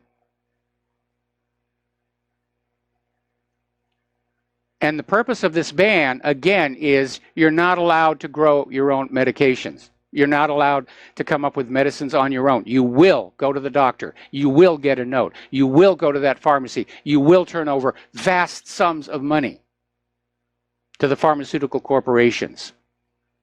Now, a lot of people are on Kratom because they don't want to risk the opioids that their doctors are prescribing.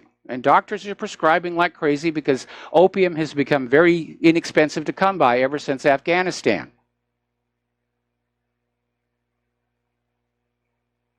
And there are apparently a lot of people in these 5 states who are willing to risk the legal consequences of continuing to use Kratom. And it's another example of government and corporations aligned together against the general population and what's best for us. Their entire thought process is what allows us to take more money away from the American people. And the problem is the American people have all but run out. Not too long ago, we saw this phenomenon where everybody got really caught up in this antibacterial, carrying around lotions, disinfecting your hands all the time. And it really was being sold more as a fashion accessory than a real health aid. In fact, at our local supermarket, you walk in the door, there's a little dispensing stand right there where you can disinfect yourself. And then there's the disinfecting wipes, and it turns out some of those are made with toxic ingredients that are carcinogenic. And it's a very alarming situation, and you do need to think about this. We live in a country where dangerous chemicals are sold in our products with the permission of the government because it's making money. Every once in a while, though, somebody gets caught. And apparently a group of cancer victims have filed a lawsuit against Johnson & Johnson over mesothelioma from the asbestos in talcum powder. And you have to wonder what possessed Johnson & Johnson to put asbestos in the talcum powder to begin with. All right, let's take some phone calls. Fred in Michigan, aloha. Welcome to the show. What's on your mind? Hey, Mike. Aloha. Aloha. Cybersecurity. I was blown away by a presentation on YouTube. A UK journalist over in Tel Aviv with a Telpiat operative with a laptop. The demonstration proceeded with the UK journalist in a current model car, and the Telpiat laptop guy started doing his gig on the laptop, and see the windows coming down, power windows coming down, and then you see the lights going on and off. Then you see the driver losing control of the steering wheel and losing control of the accelerator. Okay, now Telpiat, I remember seeing on YouTube Jason Gewirtz or something like that, Gewritz, Gewirtz, Gewritz. It's called Israel's Edge, the secret Telpiat program. All right, now you know all about the outsourcing. I'm in Michigan, and I experienced that big time in the 80s with the exodus of Generous Motors. And where did it all wind up? In foreign slave labor countries. Well, America's high-tech industry has now been relocated in Tel Aviv, Israel. And also, the F-35. You mentioned earlier something about, I came in kind of late. You were talking about some aluminum part of some construction. That was about the Hawaii Light Rail trains. I don't think I've actually mentioned the F-35 in the show, and if I did, it was a passing reference. No. I'm not intimating that you did that, but I'm just drawing reference to that because what I see happening here relative to APAC, and anybody who wants to see the real APAC in living color, they can go to YouTube and look up APAC, what treason looks like. APAC, what treason looks like. And that might be an Alan Sobrowski production, I'm not sure. But, and while they're at it, they should also see Israel did 9/11, all the proof. Israel did 9/11, all the proof. And so, Mike, the F-35, we are told, was just besieged with all sorts of design flaws et al. But I distinctly recall back in January this year, like a one-day report expose that the first squadron of F-35s had arrived in Tel Aviv, and I haven't heard any more since until I saw on YouTube a group of guys. I know you'd be proud of these guys. They actually give reference to you. It's called Telpiat Talk. Telpiat Talk on YouTube. Guy by the name of Jason, I think it's Jason, Joseph Davis out of Memphis. Okay. And anyway, they said, they go on, they provide all the evidentiary proof that there's this secret collusion here between the Pentagon and AIPAC and Israel, government of Israel, and all of this secret high-tech transfer operations, okay? So then they disclosed, Mike, did you hear about Senate Bill 2497? It's the Israel-U.S. Security. Yeah, I did hear about that. And Fred, we're coming up on a commercial break, so I need you to kind of get to the end of the story. All right, man. Well, all right, I'll leave you with this, man. I saw something called America 2050. Another guy that sort of is your protege. America2050.org. He gave out, this is Grindall, Grindall, Grindall 61, a young guy. Man, they want us to be consolidated, Mike, 6 million of us into 11 mega regions. And each mega region will have like 1 or 2 major cities. And the guy asked, well, okay, so we're going to wind up in 2050 with only 66 million people in the entire country of America. Well, what's going to happen to the rest of the 350 million, whatever? Right? Well, we've got between now and then, we've got a world war to get through. Yeah, right, and other depopulation scams. Okay, bro, thanks. All right, thanks an awful lot. We're going to let you go here, and we're going to start with Brendan in San Francisco, and I'm probably going to have to take you through the commercial break. Brendan, aloha, what's on your mind? Brendan, are you there? We lost him. All right, well, we're going to go ahead and close the phone lines because we're coming to the end of the show, and I have a few more things to share with you. As you know, the World Cup is still going on, and apparently Mexico scored a win against the World Cup defending champions, Germany. That's the good news. The bad news is that Mexico is going the way of California. They're going into water privatization. And I guess this has been thought about for a long time because it's actually part of the storyline of the James Bond movie Quantum of Solace, that people don't have a natural right to just go find water, that it will be commoditized and sold to you at a steep markup. And after that, I'm sure they're going to do air. Didn't pay your air bill. So it's all about getting more money out of the people for things that we used to take for granted. And that's really what it's all about. When I was a kid, things were there. Food growing on your own property, water coming out of the well.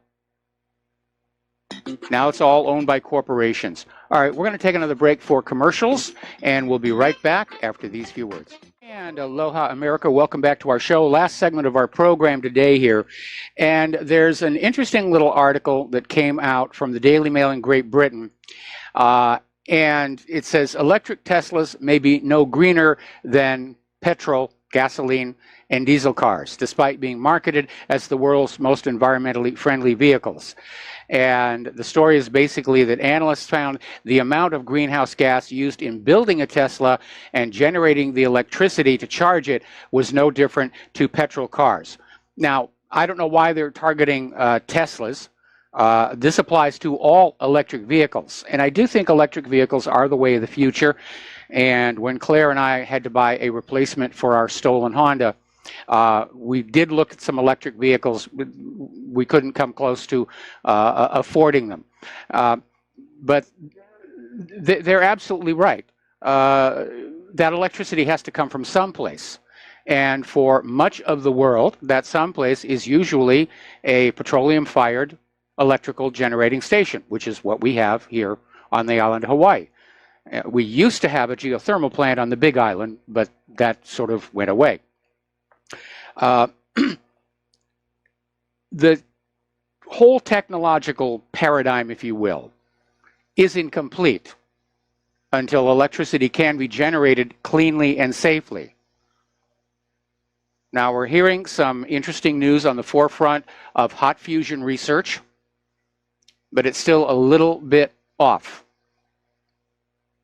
a few years down the road. But I do think electric cars are the way to go, and I don't know why they targeted Tesla on this one here. Speaking of our volcano, we had a rather large burp from Kilauea crater. It sent ash up to 4,500 feet. It registered on the seismographs as a 5.3 quake. And we're actually very lucky up here on Oahu because these earthquakes are so shallow, they don't really conduct here. We haven't felt any of them. I was able to detect them with a homebrew seismograph, but that's it. Unlike the big quake they had some years back that just really rattled everything around here. So, you know, that's a little bit of good news. The U.S. Geological Survey is saying there are no signs that this is slowing down. And even more alarmingly, they're making vague references to a still-to-come major event of some kind. But much of the lava is still pouring out of fissure number 8. It's still more or less following that channel where it's plunging into the ocean. But the eruption is reshaping Hawaii Volcanoes National Park. Halemaumau crater has just collapsed in on itself. A big chunk of the floor of Kilauea is now gone down into, we presume, is the lava conduit. And that there's been some subsidence on the rims of Kilauea crater itself. So it's going to be a while before they reopen it. They're going to have to survey it and see where it's safe, because it is an active volcano system. And the current lava flow from Fissure 8 is 17 miles an hour.